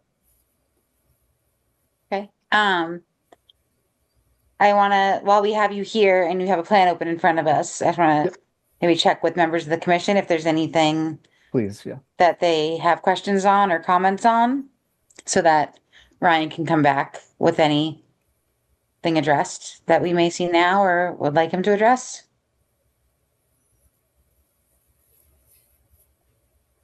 It doesn't seem like we do. Let me just check. Do we have any questions or comments from members of the public? Okay. So is May 6th good for a continuation? Please. Right. All right. I'm looking for a motion to continue to May 6th, 2026. So moved. Second. All right. Roll call vote. Richard Bursch, Aye. Andrea Burnett, Aye. Teddy Doucette, Aye. and I for myself. All right. We'll see you May 6th. Okay. Thank you, Herlin. Let me know if you need anything from me as you dive into the previous order. Sure. Thank you. Thank you. All right. Thank you, Harlan, for your help on that. Okay. So up next, pursuant to MGL Chapter 131, Section 40 as amended, and the Town of Lunenburg Wetlands Protection and Municipal Bylaws, we have a request to amend an order of conditions for the removal of trees, installation of patio and lake access at 50 Pine Grove Road. And we have Ryan Proctor on the call. We do. Yeah. So thank you again. I'm here tonight representing the owner. I assume it would be okay if I shared my screen once more? Yes, please. Okay, great. So we're here tonight again for an amended order of conditions at 50 Pine Grove. I have the previously presented site plan from 2 meetings ago. Just as a quick refresher and reminder for the commission, we were originally proposing a large, and relative to this site, the size of this site, landing area, a fieldstone landing area with a pathway down to Lake Whalum. We're proposing the removal of several trees that are dead from within the 30-foot no disturb zone, as well as a pathway up to the existing house and the existing stairs. Based on comments, let me move Zoom so I can toggle. There we go. Based on comments received at the last meeting, we have decided to simplify everything on site. So we have eliminated the proposed the large landing patio area from the 30-foot no disturb zone, and we've elected to go with a simple stepping stone pathway down to the water with a very small landing area adjacent to Lake Whalum. We are no longer proposing to remove the existing vegetation from adjacent to the lake or the 30-foot no disturb zone, with the exception of the one 18-inch decaying oak tree that is just down gradient of the stone wall. We are proposing a red maple and a red oak to replace that. And those are both located within the 30-foot no disturb zone. The only steps that we're proposing is at the stone wall, just to climb that steep grade on the down gradient side of that wall. And then everything else will just be placed field stone, meandering down the path that more or less exists there currently. And then we are still proposing a small landscape area just to augment some of that existing vegetation alongside the walkway. The only other comment that was raised at the first meeting is that the site is under construction under the current order, and that the steps that we had depicted were not quite site accurate. The steps associated with the deck that was permitted to be reconstructed are actually recessed into the deck, so they have been depicted as so. And the deck was actually under construction when I went out on the site to measure that. So all in all, a pretty significant reduction in the ask, more or less the same look and feel of what we were proposing previously. But if there's any questions, I'd be happy to take them. Okay, thanks, Ryan. Do we have any questions or comments from members of the commission? Teddy, you have your hand up. Yes, is there a planting plan? There is, yep. So I have the red oak and red maple called out directly, but I do have a landscape schedule. We just have some rhododendron and some little blue stem grass, just 4 of each proposed, and that's just upgrading of this portion of the walkway right here. Thank you. You're welcome. Thanks, Teddy. Do we have any other questions or comments for members of the commission? Okay, do we have any questions or comments from members of the public?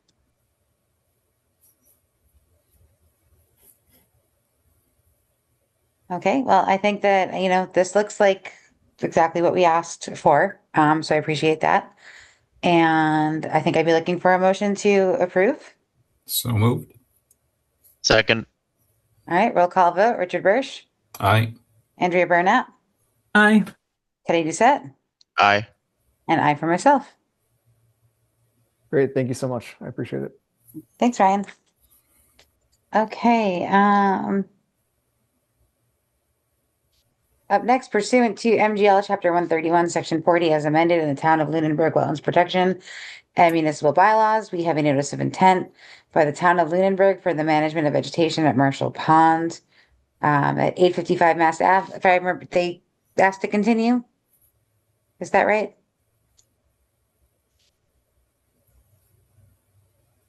Let me check my meeting notes.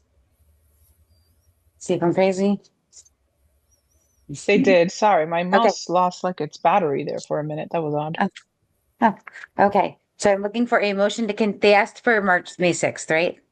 May 6th. They don't have a DEP file number yet. So Okay. moved. Second. All right. Roll call vote. Richard Bursch, Aye. Andrea Burnett, Aye. Teddy Doucette, Aye. and I for myself. Okay, so the next 4 have all asked to continue to May 6th. Is that correct, Ryan, right? All going to May 6th? That is correct. We just received file numbers, just as a very brief update. We just received file numbers about 2 hours before the meeting. And there were a handful of comments, so we'll address those and have any revised plans to you before the next meeting on the 6th. Okay, so I'm going to go through a speed round of continuing these. Okay, so pursuant to MGL Chapter 131, Section 40, as amended in the Town of Lunenburg Wetlands Protection and Municipal Bylaws, notice of intent at 4 Parmenter Road. Do I have a motion to continue to May 6th, 2026? Second. All right, roll call vote. Richard Bursch, Aye. Andrea Burnett, Aye. Teddy Doucette, Aye. and I for myself. And then stop me if you need to add anything, Ryan. All right, pursuant to MGL Chapter 131, Section 40, as amended in the Town of Lunenburg Wetlands Protection and Municipal Bylaws, A notice of intent by Benjamin Builders at 83 Round Road. Looking for a motion to continue to May 6, 2026.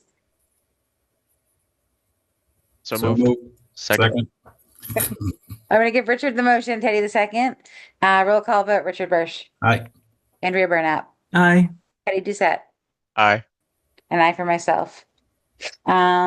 Pursuant to Chapter 131, Section 40 amended in the Town of Lunenburg Wetlands Protection and Municipal Bylaws, a notice of intent at 99 Round Road. Do I have a motion to continue to May 26, 2026? So moved. May 6th, 2026. So moved. Second. Okay, roll call vote, Richard Bursch, Aye. Andrea Burnap, Aye. Teddy Doucette, Aye. and I for myself. And last one, pursuant to MGL Chapter 131, Section 40, as amended in the Town of Lunenburg Wetlands Protection and Municipal Bylaws, a notice of intent at 107 Round Road, looking for a motion to continue to May 6, 2026. So moved. Second. Okay, roll call vote, Richard Bursch, Aye. Andrea Burnap, Aye. Teddy Doucette, Aye. and I for myself. All right. Thank you, Thanks, everyone, for thanks that. very much, everyone. Have a Thanks, good night. Ryan. Have a good night. Okay, up next, we have administrative determinations. We have 17 Crocker Ave. Harlan, do you have anything that you wanted to add for this? I've been, in previous meetings, we said, we trust your judgment, so we don't need to go into the entire process. So if there's anything that you want to add, or if we should just Yes, have a- I would like, this is actually one I would like input on. So, Okay. Mr. Bradford Kennedy is on today and I see him. And he has a retaining wall. I think I asked you if you could please go on site so that you can provide yes. some assistance. So this is a retaining wall that collapsed. It failed, displaced blocks that were visible down slope, and then adjacent portions of the wall still remained intact. The wall ebbs and flows out of the 100-foot buffer because it's curved. And when Mr. Bradford came in, he asked if he could do it under an administrative request. And I said, possibly, let's just look at it. When I looked, there's definitely no further encroachment. My only concern is there's still going to be earth removal when removing the blocks. And I wasn't sure if, because the wall ebbs and flows out of the 100-foot buffer, if the commission would be open to just leaving it as a CAD, or if you guys would require him to file an RDA. He's willing to do both, but that was my only concern. Okay. All right. Thanks, Harlan. You had some pictures. So I did drive by. You can't really see anything. No, you can't see anything from the outside. Road. I live on the same lake as this property. But so you had some pictures that you had added to OpenGov on this one. Let's see. Do you mind sharing? My OpenGov It doesn't work. There's something happening with our end of it, so I can't see like my inbox or anything else. Okay, that's awkward, but yeah, no, I don't mind at all. All right, let me start sharing.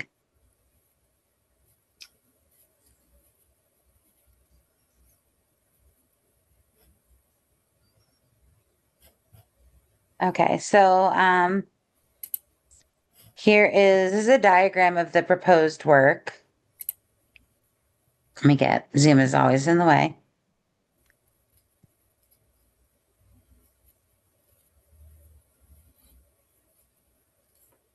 Oh, not a diagram, but so this shows, and so this is the wall.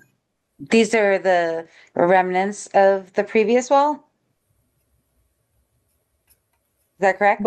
The wall is still there. It's just like part of it is, part of the blocks fell off. Okay. Let me see if I can get it. Hold on. I have more apologize. attachments here. There's lots of, There are things uploaded by the property owner.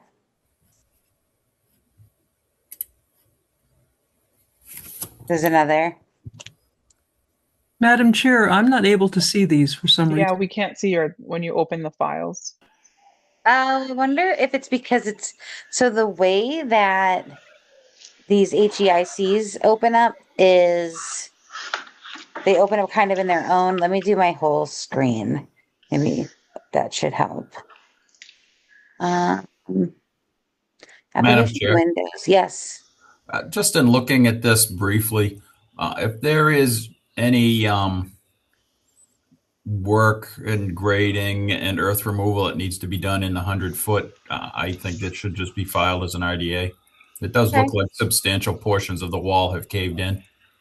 And I would imagine that they do need some equipment in there to pull it back so they can reconstruct it. Okay. Is there any chance that you would want to just have the wall right outside of the 100-foot?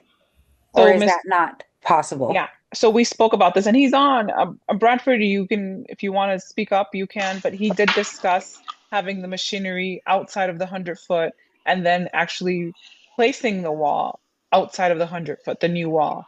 But the problem is to remove the old wall. There's earthwork that's going to happen in the 100-foot buffer, and it ebbs and flows, so it's not the entirety of the wall. There's like small little sections, probably like 4 feet sections in increments, because the wall is pretty extensive. So that's why I thought it would be best to come forth in front of you guys. Okay. Okay, yeah. So it sounds like regardless, there's going to be work done within the 100-foot, even if he were to pull it out of the 100-foot. And I don't know if he wants to say anything. I can share my screen now if you want to see the pictures. Sure. Okay. It says I'm restricted from sharing. Oh, that's very strange. Aren't you a host? Yeah. If you want, I can try to share the pictures from my screen. I can actually share them. I still have it open. I just can't. It's the ones that you took that were open, that open separately. I can definitely share the ones that Herlin has. Because you had some in here too, right, Herlin? Yeah, and I have them in one folder on my computer, so I don't have to open them up individually. Oh, okay. I see. Madam Chair, Yes. just in the essence of time, he's going to have to file the RDA. Okay. I hate to say this, but I'm up at 4:45 tomorrow morning, so I didn't realize I was going to be the fourth for the quorum. So. Okay. All right. So yeah, so it's going to have to be an RDA, no matter what, because there's work being done in the 100-foot. So I think, as Richard said. Yeah, you do know that I'm talking about 5 feet into the 100-foot buffer. The wall is 95 feet from the lake on both sections. And there's nothing between the wall and the lake but grass and loam. And a large section of no touch zone. Yeah, I know it's just it's 100-foot buffer zone, so work done in the 100-foot does need to be permitted correctly. Okay. And that's, it's Commissioner Bursch. I agree with Commissioner Bursch. I don't know if Andrea or Teddy have any input that they would like to add. But Richard, they look like sometimes you just go green and I think you're going to say something, but you didn't actually raise your hand. No, it's I mean, an RDA is a pretty easy application for the work that's being done, but Brad knows he's a past commissioner of the Lunenburg Conservation Commission. Oh, are you? Yeah. Okay. Well, Brad and I have served together, so. Yeah. When when I originally went with this, I thought the wall was 100 feet from the lake.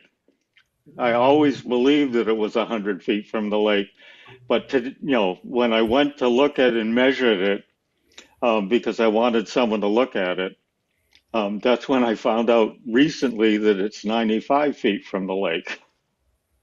Okay, that is, Hmm. but yeah, but you do know that, an RDA it's not the hardest of the applications. I know Well, it's not ideal. yeah, well, it pushes me out probably a month or so because your next meeting is in May, Yep. and I'm gone for the beginning of May. And I won't be back till after at least 2 weeks into May. So it just stops the activity for longer than I thought it would. So, I mean, you could file the RDA and we could still discuss the application even if you weren't at the meeting. Mm-hmm. So if you filed, it's not, you don't have to show up to the meeting. Mm-hmm. So you have that option if you wanted to file and what would be the date that the meeting got, the next review time? it would be May Excuse me. 6th. May 6th. I'm not here. So, Yeah, so I mean, we could Yeah. deliberate without you at the meeting. You don't necessarily have to be at the meeting for us to deliberate. So if the application was in time for the meeting, and that's actually a pretty good, that's one of our meetings. We have a lot of space in between this meeting and that meeting. So that would give you plenty of time. Great. I think if Yeah, you were to file immediately, you could get it advertised Mm-hmm. in time. And Yep. you wouldn't have to show up as long. I mean, it seems like a pretty straightforward Mhm. RDA. So I think that, I mean, just speaking as one commissioner, I think we would be able to deliberate, and if for any reason we did have questions for you, worst case, we would continue until you're available. And if does this all sound good, Richard? Yep. Yep. It has to be a completed application. So, Right. I mean, if we're going to discuss it on the 6th, we want to make sure it has erosion protection. It has a fairly accurate delineation of where the wall's going and the description of work. And I think Herlin would be able to, take a look at it before you're gone, hopefully. Oh And, yeah, she's helped me a lot through this. She's great. Yeah. We're Yeah. very lucky to have her. And I told Bradford that I would be willing. I think we have a draft RDA permit application on OpenGov. And if he brings all the materials in or if he needs assistance, I am available anytime to help him during the day. And I actually think that's a great idea. If we can file it, we discussed having him file it before he leaves so that you guys can hear it while he's out. And then maybe, I don't know, I can definitely reach out to you tomorrow and we can kind of close some loops as to what you need for the application, and then we can push forward. Okay. Okay, so does that work? We'll leave this as is. You'll file an RDA. And as long as we get it advertised in time, the application's in, we'll be able to hear it at the next meeting. I know you won't most likely be able to be there, but this seems pretty straightforward, and Herlin will be able to make sure that we have everything we need for the next meeting. All right. Okay. So I don't think we don't need to vote on that or anything. I think we're all set on that front. So does that sound good? I think we have our plan moving forward. Yeah, we have a plan. Okay, great. Thank you so much. All right. So, and then, just reach out to Herlin if you need anything. All right. So,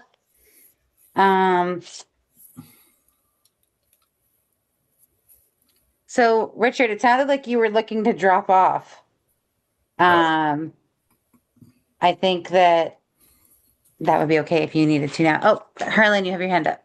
I was just gonna say, in the interest of time for Commissioner Bursch, if you guys wanted to do take things out of order and do the right of first refusal for 35 Leominster Road, and then, yeah. Okay. All right. So we have been alerted that there is a right of first refusal at 35 Leominster Road. It does not capture 3 of the points that we would need in order to exercise that right.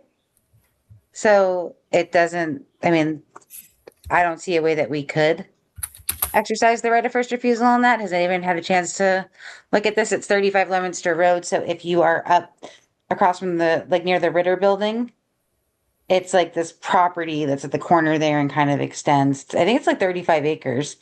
It's a sleeper property because I didn't even realize it was there until I saw this, but I don't think there's any way that we could exercise this right. I'm willing to entertain other comments or thoughts, but otherwise I would take a motion to not exercise our right at first refusal. And just say again, Jenny, what are the 3 reasons? So it has to either abut, hold on. Does anyone have, Harlan, do you know what the, is there somewhere that this is written? I'm trying to look for it too because I can't remember the 3. Hold on. I know that open space is it open space, Andrea? They're looking to broaden the right of first refusal, what our options are. That's my understanding. So it has to abut other properties that would make it desirable as either part of our open space plan or, I think it's in the open space plan.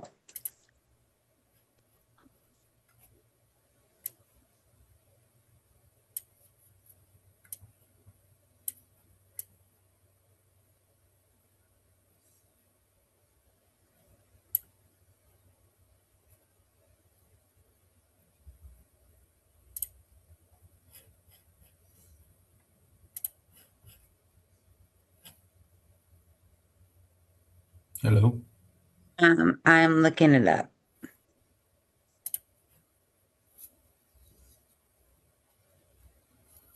Yeah, no, I thought there was 5 points, and if that's what you're talking about, I do understand.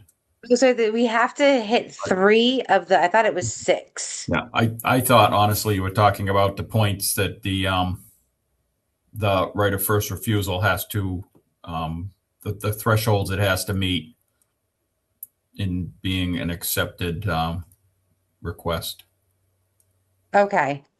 as far as timing and Yeah. a proper That I offer. have up.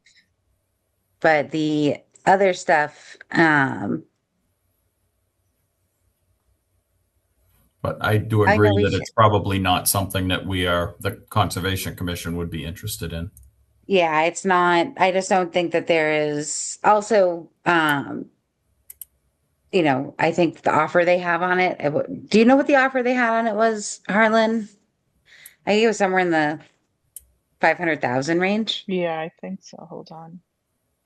I don't have it in front of me. I don't know why this But it isn't doesn't coming up. abut anything. I just feel like even if it did hit the points, some of them, then, if that we would consider it, it just by default of where it is, it doesn't really hit any of the markers, I think, for us. Also, I think it comes with a house. Yes, I don't want any more houses. Please.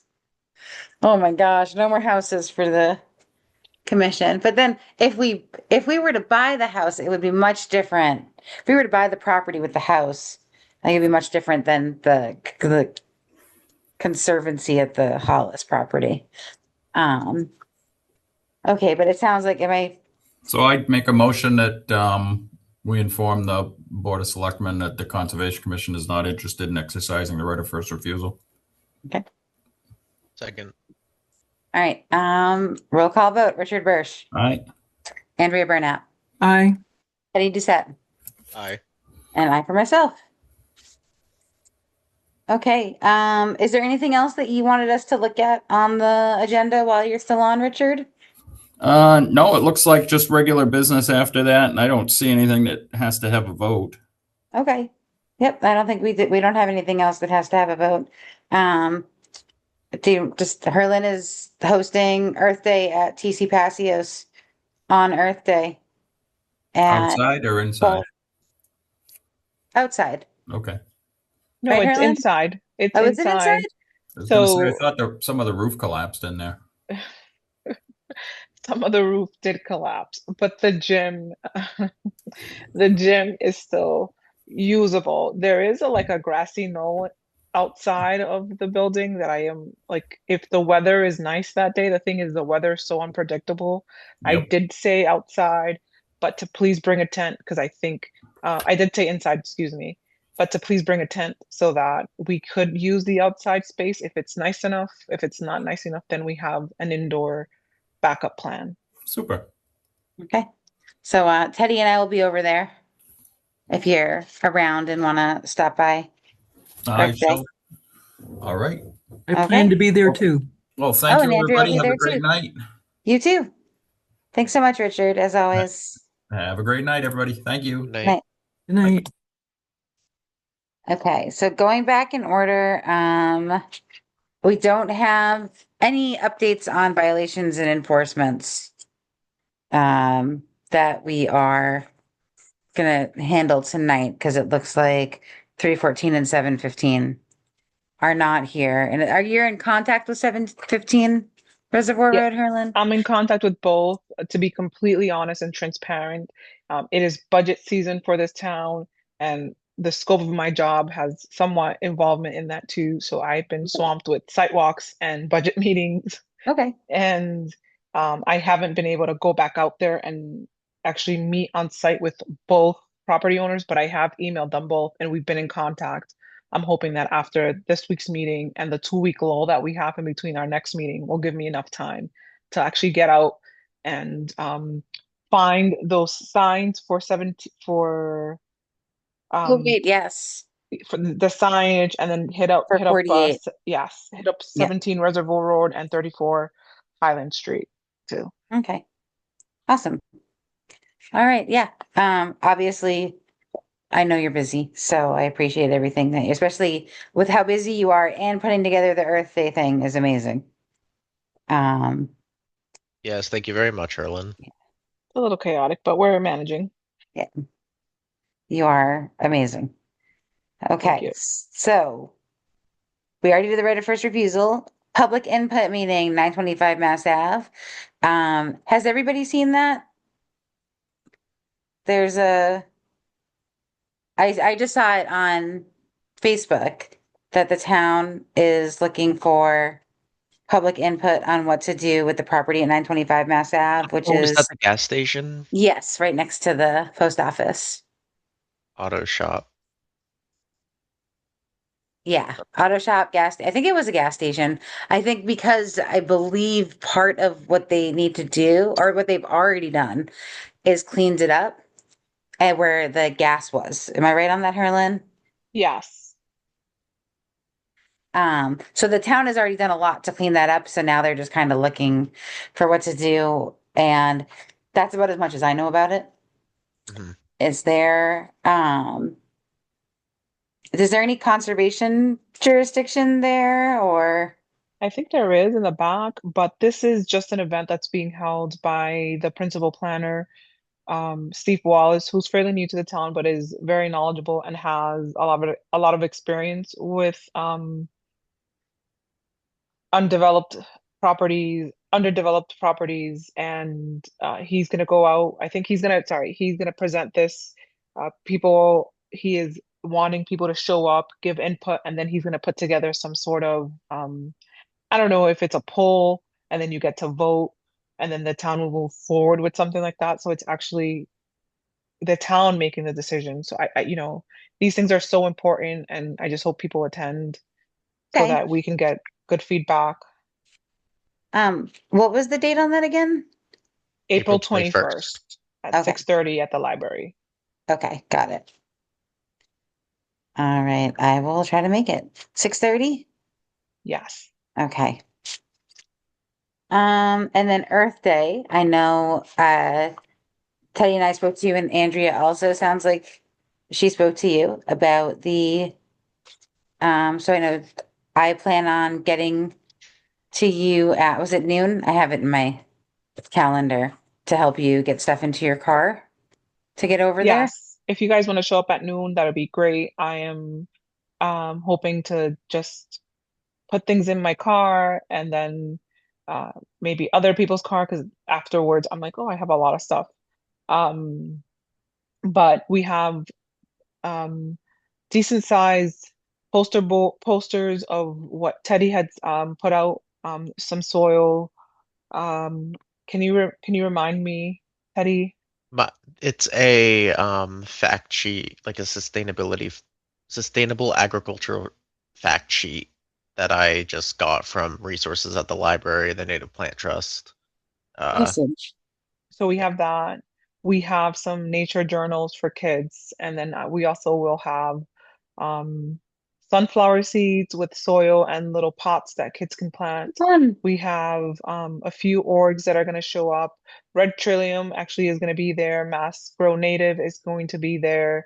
MDAR is going to be there. We have a few vendors who will be selling things, which is kind of cool. I think it's going to be a good event. I ask that if anybody like has socials to please share it because the more people we get to see it, the more chances that people will show up.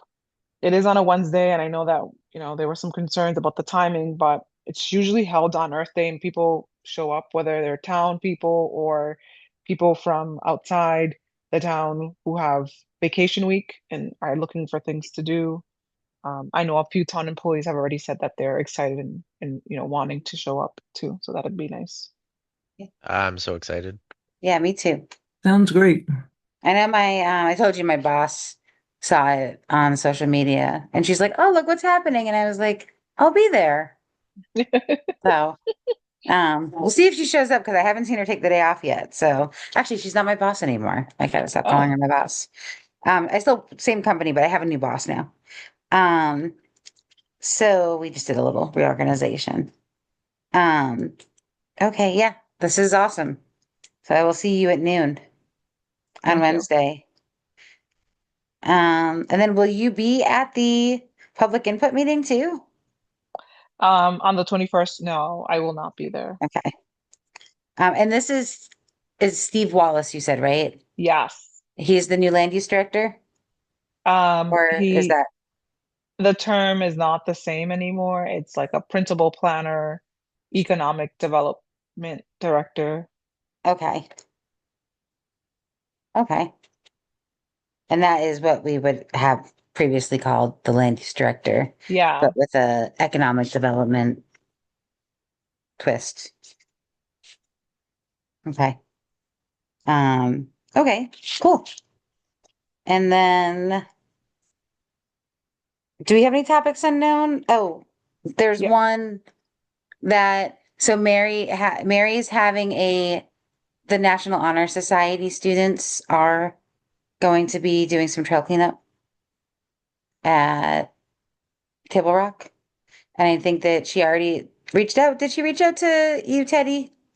Yes. About helping out? And then you too also, Andrea. Or is she not? I hadn't heard that, no. Okay. So she's looking for maybe commissioners to help out, just kind of help the honor students be in the places they need to be and help guide. And when is that?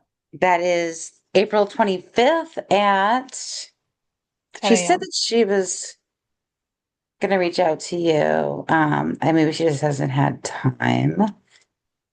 I can never find people go between my personal email and my Lunenburg email, and I can never remember which one they got, but I found it. Saturday, 4/25, 10 a.m. It's going to be approximately 3 hours. So, and obviously I know this is like a whole lot going on that week. So between Earth Day and that. So don't feel obligated I to help should be out. able, I should be able to do that if, you know, Okay. if I'm qualified. I don't know Awesome. what exactly we need to do, but I don't really I can either, try. but Mary is very organized and she will. So I will forward. It says Lunenburg National Honor Society reached out to me for a spring project. They've got them queued up on Focus. Our Table Rock Conservation Area finished some of the boardwalks they started last year. Pick up trash along the trail entrance at Northfield. Pick up debris at the old home site and bring it to the cart path for later disposal and light trail maintenance. They'll spread out in a number of groups, so she could use a couple commissioners to help coordinate the work on the various areas. It'd be especially helpful for the first couple of hours.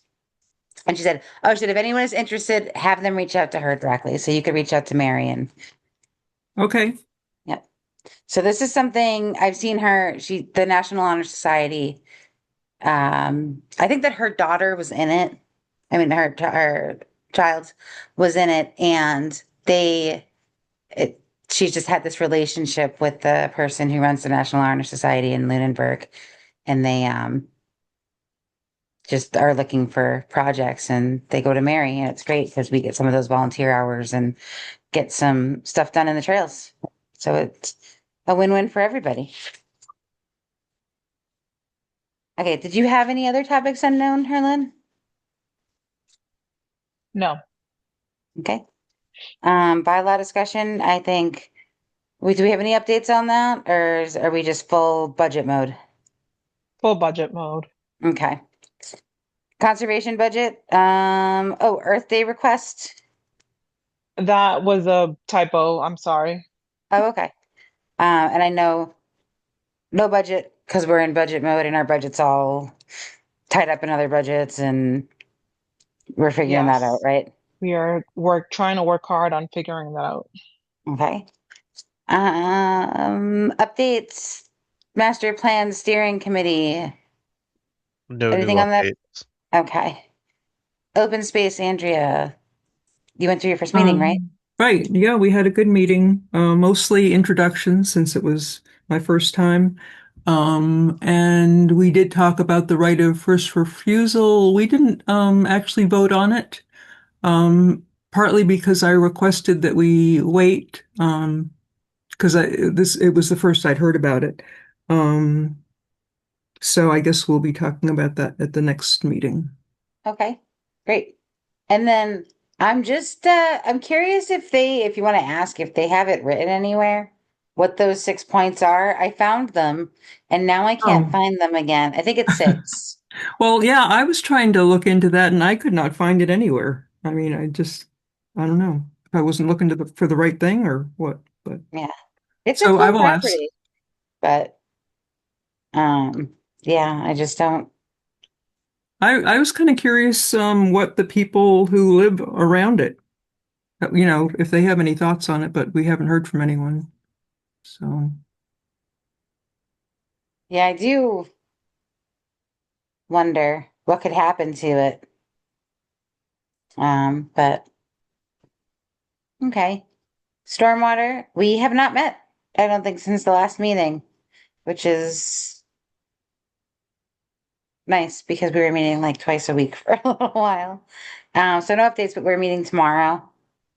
And then other than that, I don't think we have any public comment. Do we have anything anyone needs to say? Okay, next meeting is Wednesday, 5/6 at 7 p.m. on Zoom. And unless we have anything else, I'd be looking for a motion to adjourn. So moved. Second. All right, roll call vote. Teddy Doucette. Aye. Andrea Burnett. Aye. And I for myself. And I want to say I thought this meeting was going to go until midnight.